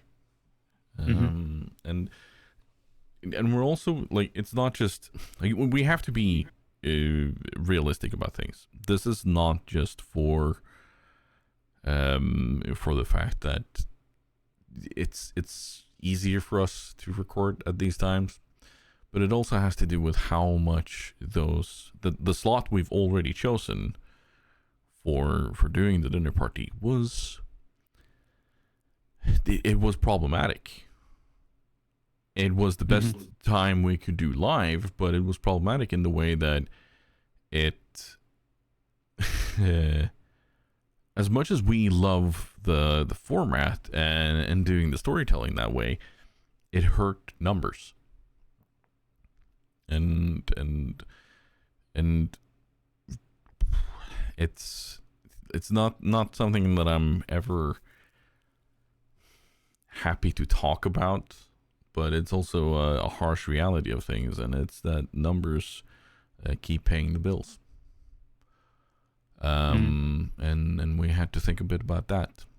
But what we are hoping to do now, and I'm seeing it myself too, is it allows me to sit down to create maps, to sit down and create story elements that could be shown on stream or in a video even, in a much better way. And hopefully what we end up with is a product that really starts giving the story more flesh on the bone, so to speak. A story that we are even more proud of to present too. Yeah. So I mean, I think that from my side, just to elaborate from my specific perspective, the numbers thing, as Tiger said, is important. We share that in common. It's a key part of what we do and how we exist. But I think that for me at least, there was not only does it have to make, so there's like different elements that go into something being, in air quotes, what's the right way of putting it? Like I'm gonna just be kind of blunt about it, but being like worthwhile, right? Yeah. And from my point of view as a creator, and the elements are, in simple form, the quality of the production. So like, do we feel happy with it? Can we look back on it and say, yeah, that really worked, that landed, this hit, that was a good image or whatever, a good session, whatever it may be, from an artistic point of view. And then there's the fun factor. So how much fun are we having? Is this, a good use of our time. The use of our time makes it sound kind of weird and robotic, but are we having like as much fun with this as we can, as we, you know, sort of, and that was kind of the one thing that we had working on those sessions, is that we were all having good fun, enjoying role playing together. But I felt that the production quality was not good enough in terms of, I felt frustrated that I wanted us to be able to do more, and I thought we were all capable of doing more. But that format of doing it in live stream, and that wasn't, we wouldn't ever get there. It's just really hard to live stream that stuff. And then there's other elements like, obviously, or the other big factor is the audience enjoying it and engaging with it. And I think that the preceding two things that I mentioned have a large role to play in that audience engagement and engaging with people consistently. So are people enjoying it, and are they enjoying it enough to come back and watch it again next week, and so forth. And D&D and sort of tabletop gaming and stuff is already, you know, you're in a bit of a niche slot if you don't have an already established big brand, or for example, professional voice actors and actors and things and producers on your team, and this is not having go at them. But look, if you look at what the cards they had to start with, it's not surprising that worked, right? And then the timing and everything else. But so I think switching it up is something that will allow us to greatly improve those other aspects, meaning that the bit that we had already, we're having loads of fun role playing together and sharing that with people, will that doesn't go anywhere. In fact, it's improved rather than diminished by the way we switched it up, in my view, because we're more relaxed and because we can get the timing more comfortable for everybody, etc. That just allows us to have fun with what we're doing and make a better product at the same time. So I just wanted to add a little bit about that, so that it was as Tiger said, the financial and life realities of it is really important, and can't be ignored. But part of that is also, do we, or at least for me, do we enjoy that from an artistic point of view? Like, are we happy and sort of proud of what we've delivered and what we've achieved, so that people are there and the audience is getting the most out of the experience too. So that's how I see it from my side, and I think that we're already seeing the fruits of this improvement straight away. There's there's a lot. There's so many aspects of it. Like, all of us being streamers and all of us having very different audiences from this type of content. Like, this is where, like, if we had done this as a side project on a separate channel, and built up the brand and everything from the bottom of, so that that was the focus of that, it would probably do better. But the fact of the matter is, we're not in that position to be able to do that. So we need to find those little aspects that allow us to still create the story, still create the content in a good way, and bringing that out to those who want to see it, without necessarily digging into our ability to feed our normal audience, so to speak. Because that's the harsh reality of things. We need to look at numbers as content creators. No matter how much we might enjoy something and really love a certain thing, if it doesn't hit home with what our current audiences are looking for, then it's not going to have the right of life, to be a bit harsh. It doesn't become sustainable. No. Yeah, exactly. Yeah. We could easily do this as just a hobby project for ourselves and not record it. And if we weren't doing that, then it would be completely different. Then it would actually be it would be just for us. But this isn't just for us. It's for us, but it's not for us, if that makes sense. Yeah, well, it's for us, but we want to share it. Yeah. With everyone, and so we do appreciate and hopefully people have the patience. Don't fear if you're a fan of that; it's not completely gone away, etc. It's going to be coming at you.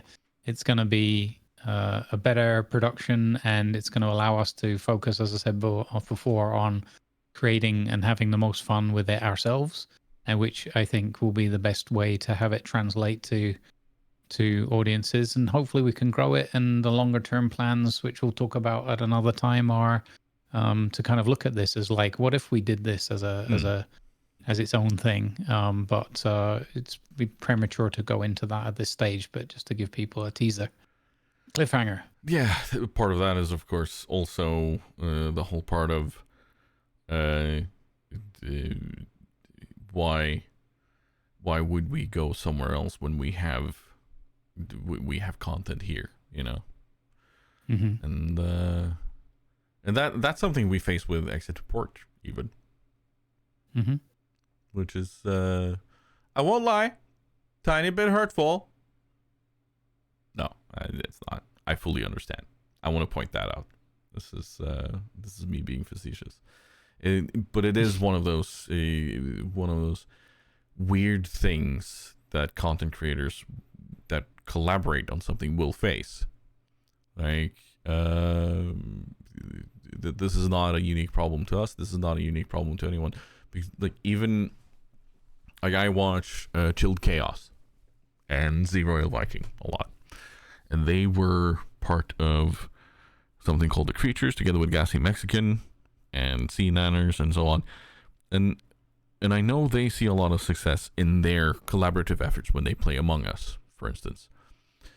And I've started enjoying and watching the other creators that are in those lobbies, but I also know and see comments from people like, but why would I go watch Larry Fishburger or Kara Corvus or whoever is part of those lobbies when I can see them through Chilled's videos?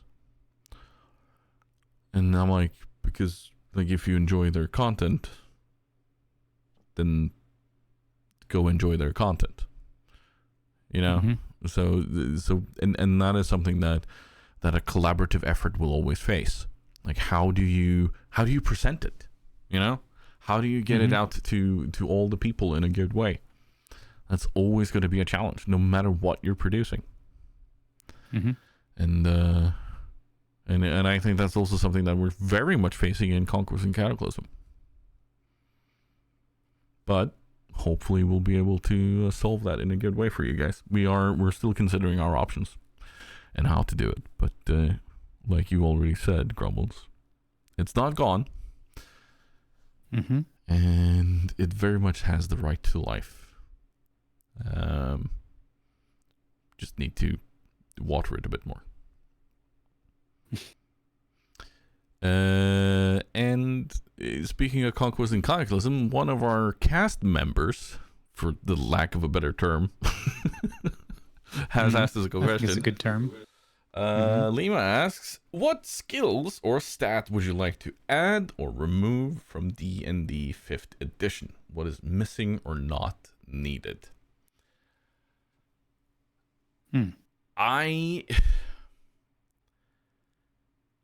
I don't know how to convey this idea properly.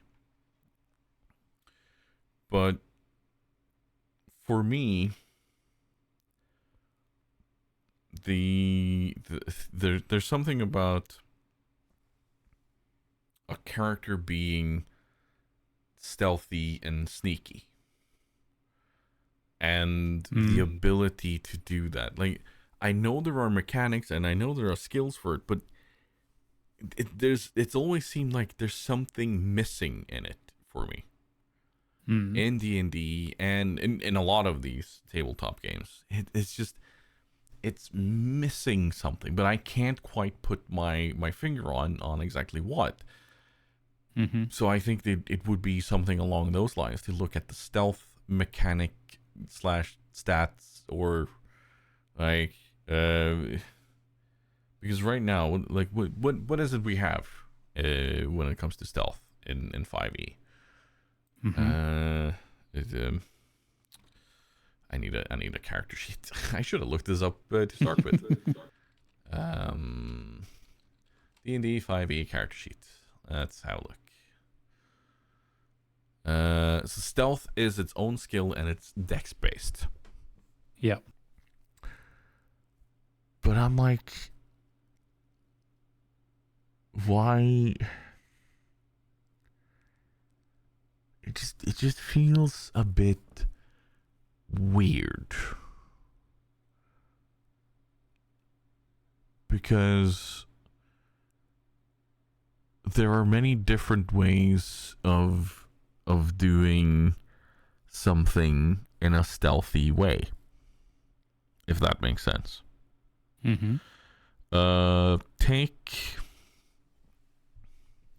Take the act of camouflaging a vehicle, a large main battle tank. If you camouflage that, you utilize the knowledge of how to camouflage it, how to hide it. It's not based on its dexterity as a vehicle, you know? You utilize knowledge. So I don't know, there's something there for me in like how am I stealthy? You know? Yeah. Because if you have the knowledge that this rock wall looks like this, then, you know, putting together a cloak or whatnot that will hide you against the rock wall, like, it's not through your dex anymore then. So there's something there. Anyway, do you have anything that you've been thinking about?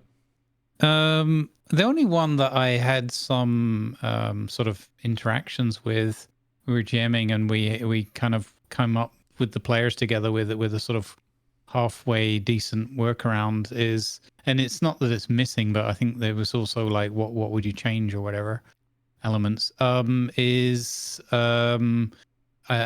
may have changed in the meantime as well, but they brought in I don't know if it was a work in progress thing, but they brought in like psychic kind of powers, like psi focus or whatever. Yeah, psionics. So basically you're D&D Jedi. Yeah. Kind of thing. And I don't know where that ended up, but we sort of homebrewed a thing because it was pretty easy for psi focused characters to be kind of overpowered, like very, very quickly. From what that was originally brought out. So I would be curious to see like where that's at now, maybe, and I kind of find that an interesting thing, but obviously partly nostalgia for just original Star Wars things and those kind of ideas.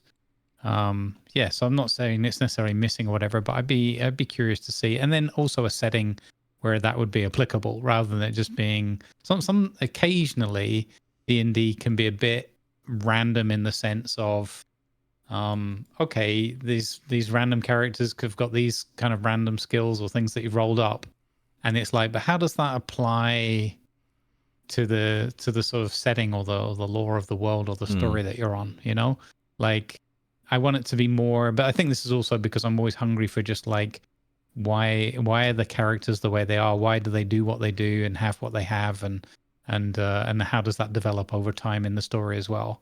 I'm always looking for more in that regards. Like, it's not, for me, it's not like a rogue is a rogue is a rogue. It's like, no, you happen to be a rogue, but you're actually this character, this person. So yeah. So yeah, that said, I think we're very good at like, you know, coming up with our own home brews of things and whatnot. So yeah, go ahead. So I'm just looking at the wiki for psionics for D&D here. And for those who aren't aware, psionics is it's defined in it's a form of supernatural powers similar to but distinct from arcane and divine magics. Psionics are manifested purely by mental discipline, and they were introduced in the original supplement Eldritch Wizardry way back when, actually. Psionics have appeared as part of the core rules, beginning with Advanced Dungeons and Dragons, first edition.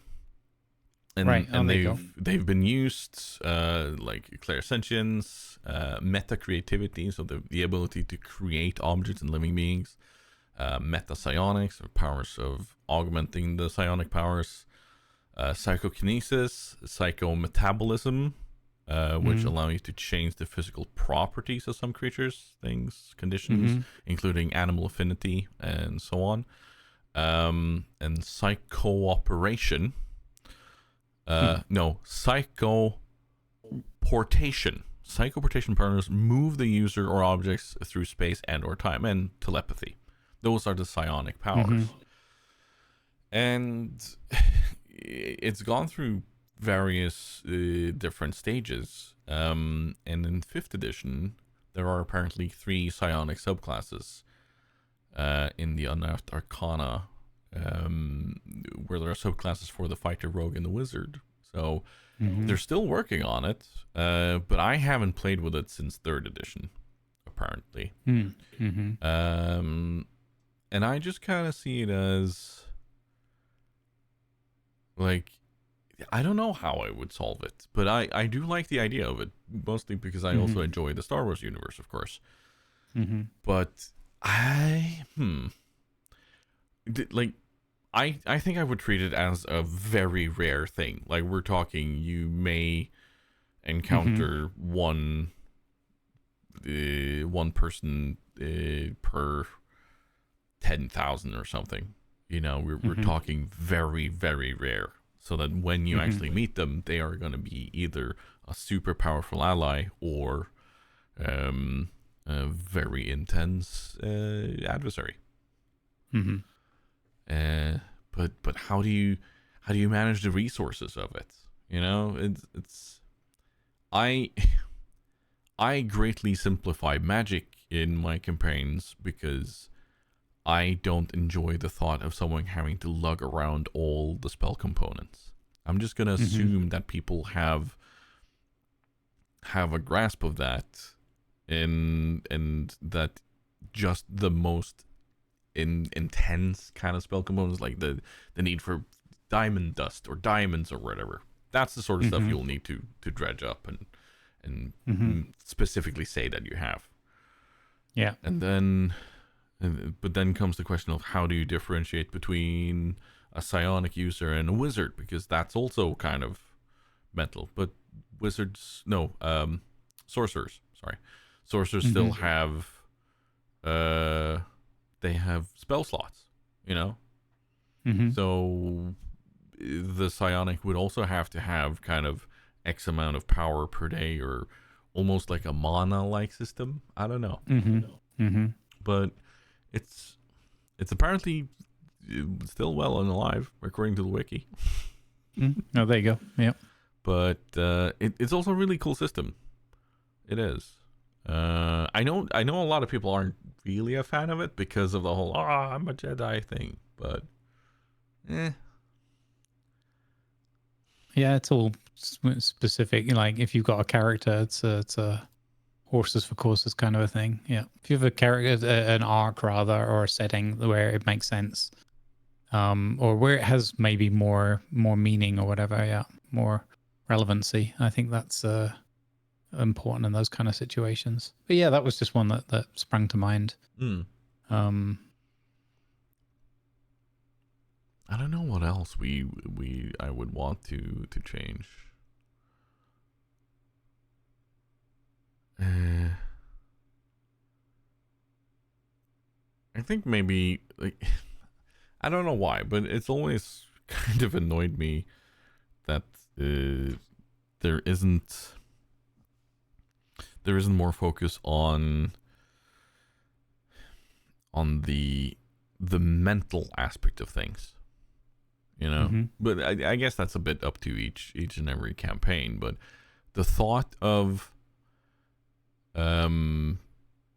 you know, because you could lose a limb in D&D and then have it regrow through the act of magic. It has to, you know, for the lack of a better term, fuck with your brain a bit, you know? Yeah. Or being revived after having died, or the actual knowledge that there are gods out there, like, yeah, because even meeting a certain monster or a dragon or something. You know, there's I agree. There is a certain mental aspect to it that I think could be cool to add, and there are some tabletop RPGs that have what's called a sanity stat. One of my favorite podcasts has chosen to call that grip. Like where's your grip on reality instead of calling it sanity, because it's and I kind of like that term because it deals with where is your mental state, right? How do you deal with seeing this dragon? Yeah, like what is the long-term impact it has on you to meet this thing? Like, you are a humble fisherman in a village, suddenly dragon. Like, you're not just gonna go back to being a humble fisherman without any issues, are you? Yep. So yeah, I kind of like that. But then again, we also play these games to to get away from reality, don't we? Yeah, I mean, I like the idea of something like that as long as it has to be for me. It has to be one of those things that you doesn't come into play very often, and it doesn't, and as long as it doesn't become a burden. Yeah. On players. I did, there was one, I don't know if it was a one shot, we did a short thing once where it was like, it was something like a sanity or whatever, but it was very much like it was relevant like far too often, for my tastes anyway, because it became, I'm there for the storytelling. All the other stuff that I like the dice rolling and the bit of luck and that, you know, some of the mechanical things, but I'm predominantly there like, 80% or whatever of me is there for the story. So anything that aids that is cool, and anything that includes like oodles of more dice rolls or having to work out collectively, like mechanically, whether something applies in that is usually something that I shy away from, because for me it detracts away from the storytelling element. Yeah. It doesn't have to. It's just very specifically to me. I need that immersion all the time. So if there is something like that that's more of a, you know, in today's session, this is where we're starting out. You know, this is where everybody's at right now, based on recent events, or, you know, even their dice rolls and that. This is just where they've ended up. So their grip on reality is currently here. So this is just a stat that applies for the whole session. And if a big thing happens, we just look at where everyone is with their grip on reality right now. I think I like the idea of something like that more than something that deviates too much or becomes, you know, more of an effort to manage, if that makes sense. Yeah, so the system that that Pretending to Be People plays in is called Delta Green. They've also played in the Call of Cthulhu. Like, Delta Green is set in the Cthulhu verse. So there are eldritch beings, there are eldritch horrors, and so on. And this is why that mechanic plays in a lot. And a lot of those systems are often built around your character actually going insane, because there are certain, like, you'll develop powers through it, you'll develop certain phobias and so on, and it's built around that. But I fully enjoy how Dungeons and Daddies have chosen to do it, because they're currently playing a Call of Cthulhu campaign where they have that as a mechanic, but it's not going, like, it's not going to be the thing that makes or breaks your character. Like, it sometimes pops in. It's not going to be that your character is so super focused or have enough phobia or whatever for something, but it adds elements, and they've done that in a really nice way, where, like you said, in certain events, you have to do a bit of a grip check and be like, okay, how am I actually handling this? Yeah. Is this a fight or flight or freeze kind of thing? And then if you manage to do a grip check and you hold on, then there could be other consequences, because a grip check would be, do I stay in reality, or do I go within my own mind? And if you're in your own mind, then that's going to have consequences. But if you stay in reality, then it's the whole thought of, okay, am I fully realizing what's going on here? Like, or is this just mind-boggling? So then it's often like an intelligence test to see, do you understand the horror that is before you? And a lot of that times it is, you want to fail this role, because then it's part of the whole of no, I don't understand this, and you don't want to have an insight into the Eldritch horrors. That's because that's how simple that is, you know. But Dungeons and Daddies have done that in a really good way, because it's not the Cthulhu mythos as such. Like, we're talking Mothman, we're talking those, like, it's cryptids mostly. And I think they've done that in a really nice way, instead of having this all-powerful being like Cthulhu is, that could come and just swallow you whole if he wanted to, you know? Why do we have to summon him? Why can't he just wake up on his own? Isn't that a thing, you know? Then again, it's the thought of we would also probably pay attention to ants if they suddenly spelled out our name in the sand. And then we'd be like, oh, what do you guys want? Hello, we'll pay attention to you now. And then potentially horrible things could happen to the ant colony, or, you know, like we don't know how we'd react. So I guess it's kind of that thing. That was a bit of a tangent. But yeah, I think I'd like to see more use of grip mechanics to see how characters react to things. Simply. Hope that was a good answer to you, Lima. Yeah. What skills or stat would you add or remove from D&D 5e? What is missing or not needed? I think we answered that. Lima, you'll have to answer us if we answered it. Next time on Exit Report. Mari has another question for us in community contributions. The question is, festival season is starting. What festival would you love to visit or have always been a dream of visiting? Ooh. I think for my sake, it would have to be stuff like Rock am Ring, Roskilde, Rock in Rio, like those sorts of festivals, you know, like big, larger than life music events where you know it's going to be a hell of a show. I would love to visit something like that, but I'm just not sure. Like, there's a Norwegian festival called Tons of Rock, which I would absolutely love to be part of. But no, I don't know. I'm not much of a festival person, I guess. How about you? Anything festival? Ooh, maybe a medieval festival or something like that. That could actually be cool. Yeah. Anyway, yeah. You.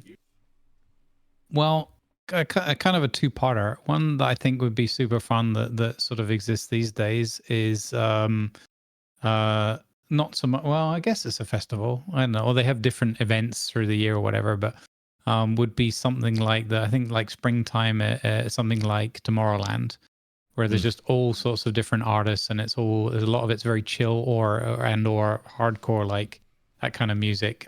Because I enjoy that kind of music, and I think the vibe and the energy of everybody kind of being in that positive spirit, sharing energy and stuff. I think I would enjoy that. Plus, I like quite a lot of the artwork and the music that goes on at those kinds of things from what I've seen on YouTube.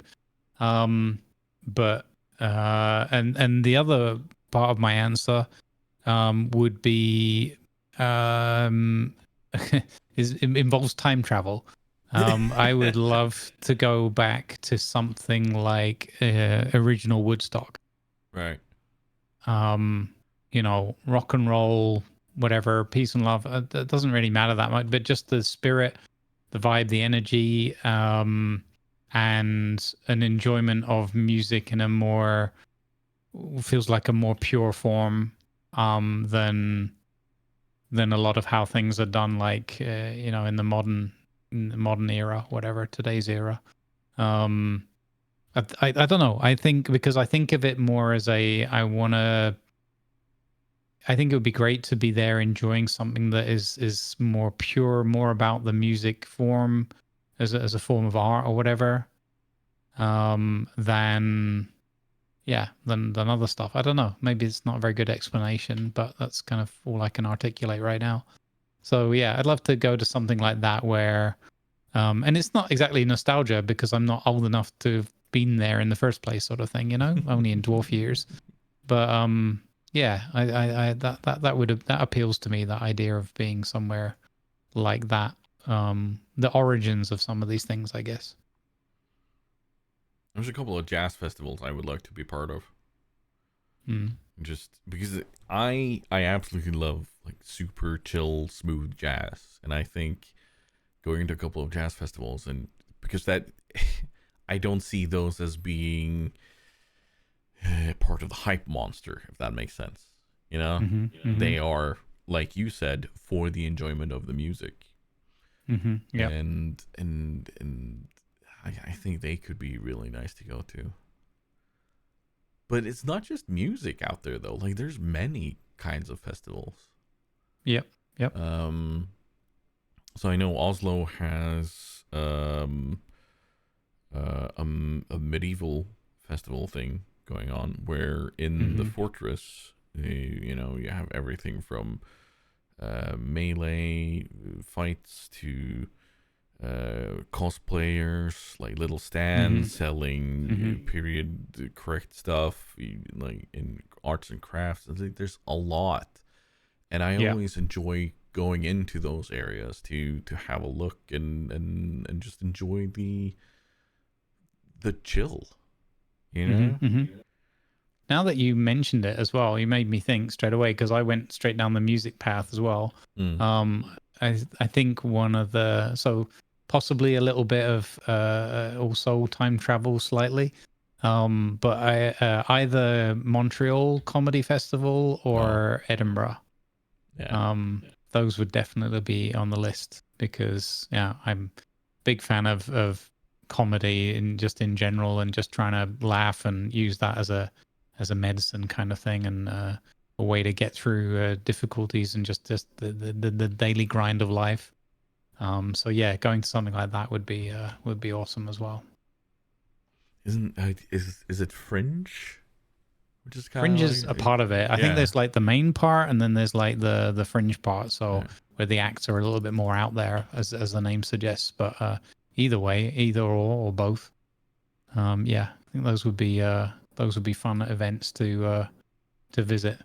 Again, it's a little bit like, well, are you there for the festival and the event, or are you cherry picking because it's like, oh, so and so's on, so I'd want to go to that, Yeah, no, that's also the thing. There's a couple of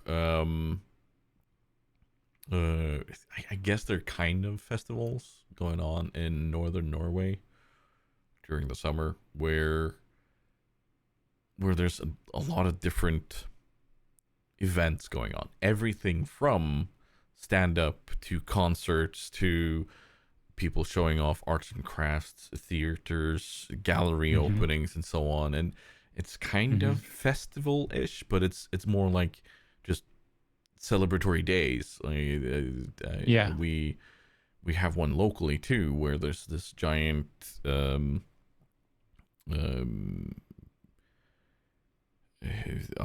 like a gathering of merchants, both local and foreign, that show up and show off their gear and what they're selling, and that's always good fun to be part of and see. But it's not really a festival, but at the same time it is a festival. I don't know how to describe it properly, but yeah. I would love to see a celebration of technology in like stuff that is is spurring on development and is used for good, as forces of good in our communities. Like oh well, if we're going to go into alternate universe stuff, then yeah. No, we're talking like not just a con, because there are plenty of conventions out there that show off tech and everything. But I would love to have a celebration of everything from the electric car to what's going on with biomechanical implants and so on. Stuff that will help people that need things, or stuff that will help people grow more things at home, like these tiny hydroponic setups they're getting better and better because the technology getting better. Like, I would love to see something like that out there. Where it's not just you walk up to a booth and see it. No, but there's something more being put on as part of it. So, and we have something locally that actually does a similar thing to that every year, and it's the celebration of COD, the COD festival that goes on here, where it shows of everything from innovation in science to how to catch more humanely and make sure that you don't overfish, make sure that you don't hurt the environment as you do it, but there's also like development and how to treat fish so that it stays fresh better for longer, like to reach better markets, more markets in a better way. And what it does to our infrastructure, what it does to our local area and everything, how it impacts the globe. Like, so we have a festival here every year in usually late February, early March. That celebrates that, and I like that because it's many different things that are tied to a specific topic. So yeah, that's the sort of festivals I want to see more of. So I hope that was a good answer, Mari. And Mari also has a little victory, which brings us to little victories. And she has been looking forward to this for a long time. And as of right now, she is in Florida for a couple of weeks, just having actual vacation. Cool. Not like when she comes here and she's still working and stuff, but no, she has actual vacation, and I'm kind of proud of her. But seeing the pictures she sent and seeing the smiling face of relaxed Mari on Discord as we had a call, and just kind of seeing her actually take time off, that it felt nice. So she's out and about and having a vacation. So yeah, neat. She's on a world tour, not really, but yeah. And I actually had a little victory, which we talked about in the editorial meeting. Hey. And it's gonna sound weird, but just latch on and let me talk you through this. So yesterday, I had a day of being super tired and just like in utter shambles all day long, which is a weird way of starting an intro to something talking about a little victory. But the reason for this was the night before that, I had forgotten, or I just fell asleep without my CPAP mask on. So waking up, like no oxygen in the brain, just being super tired, no energy at all. And later in the day, I did a stream.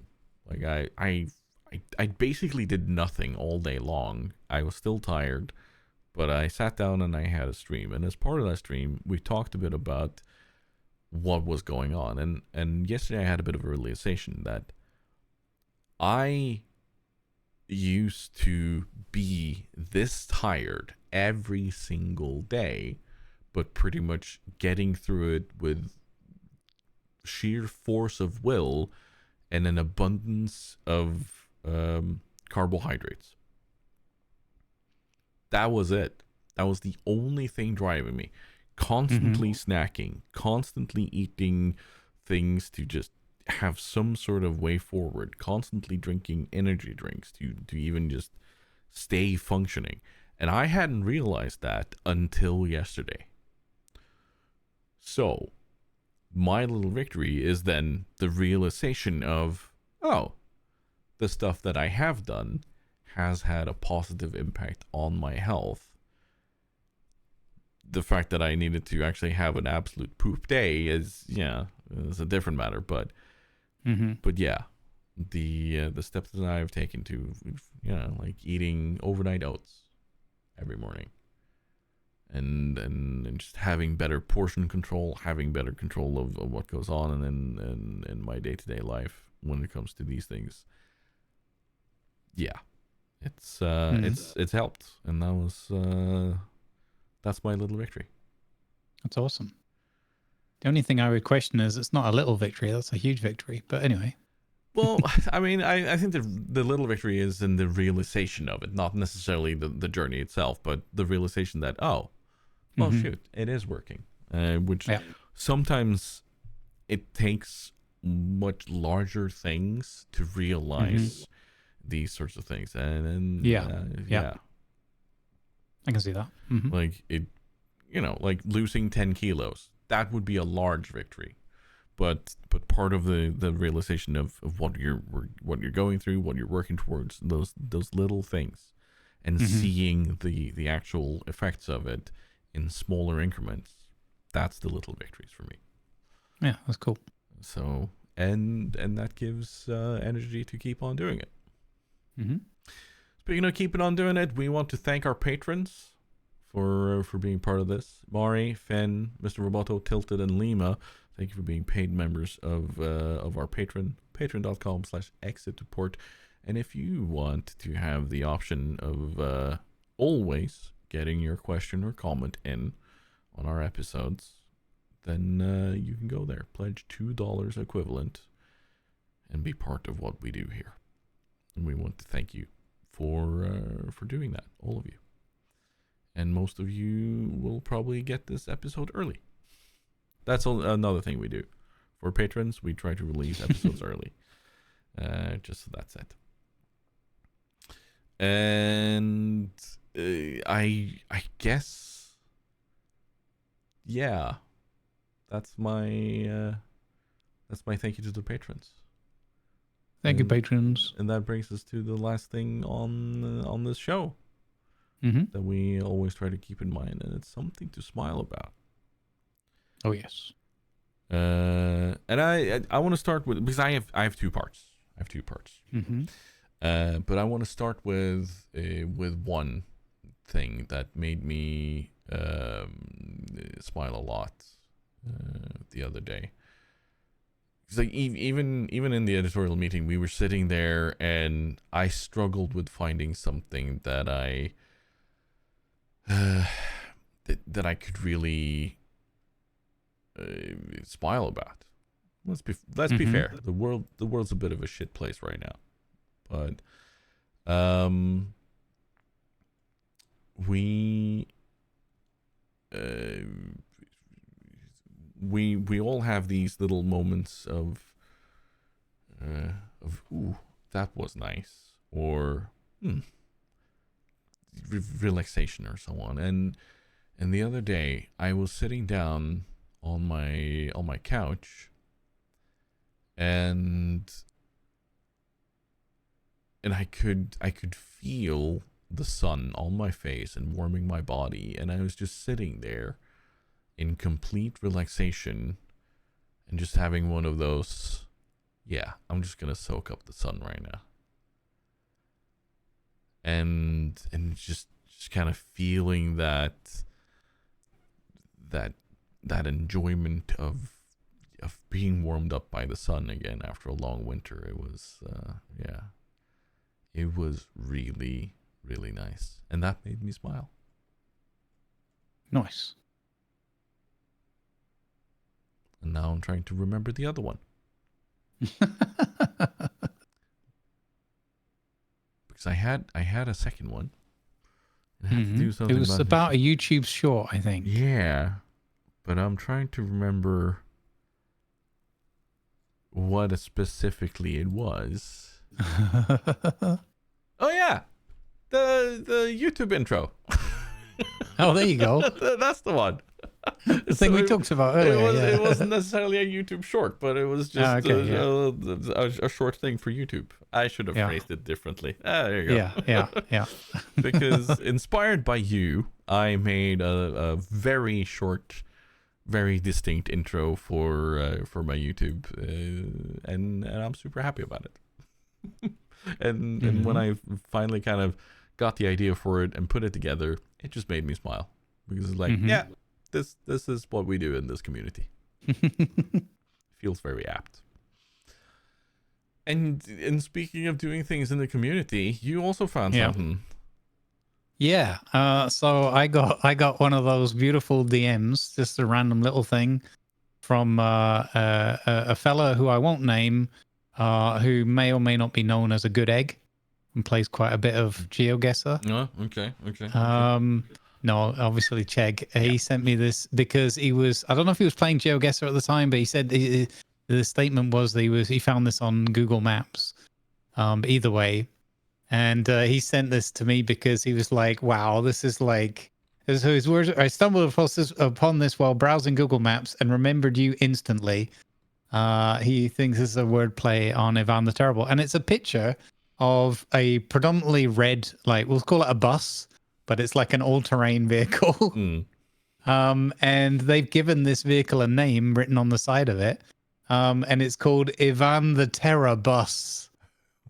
And as soon as I got that, I was like, what on earth am I looking at here? And then I read his message and I was like, that is brilliant.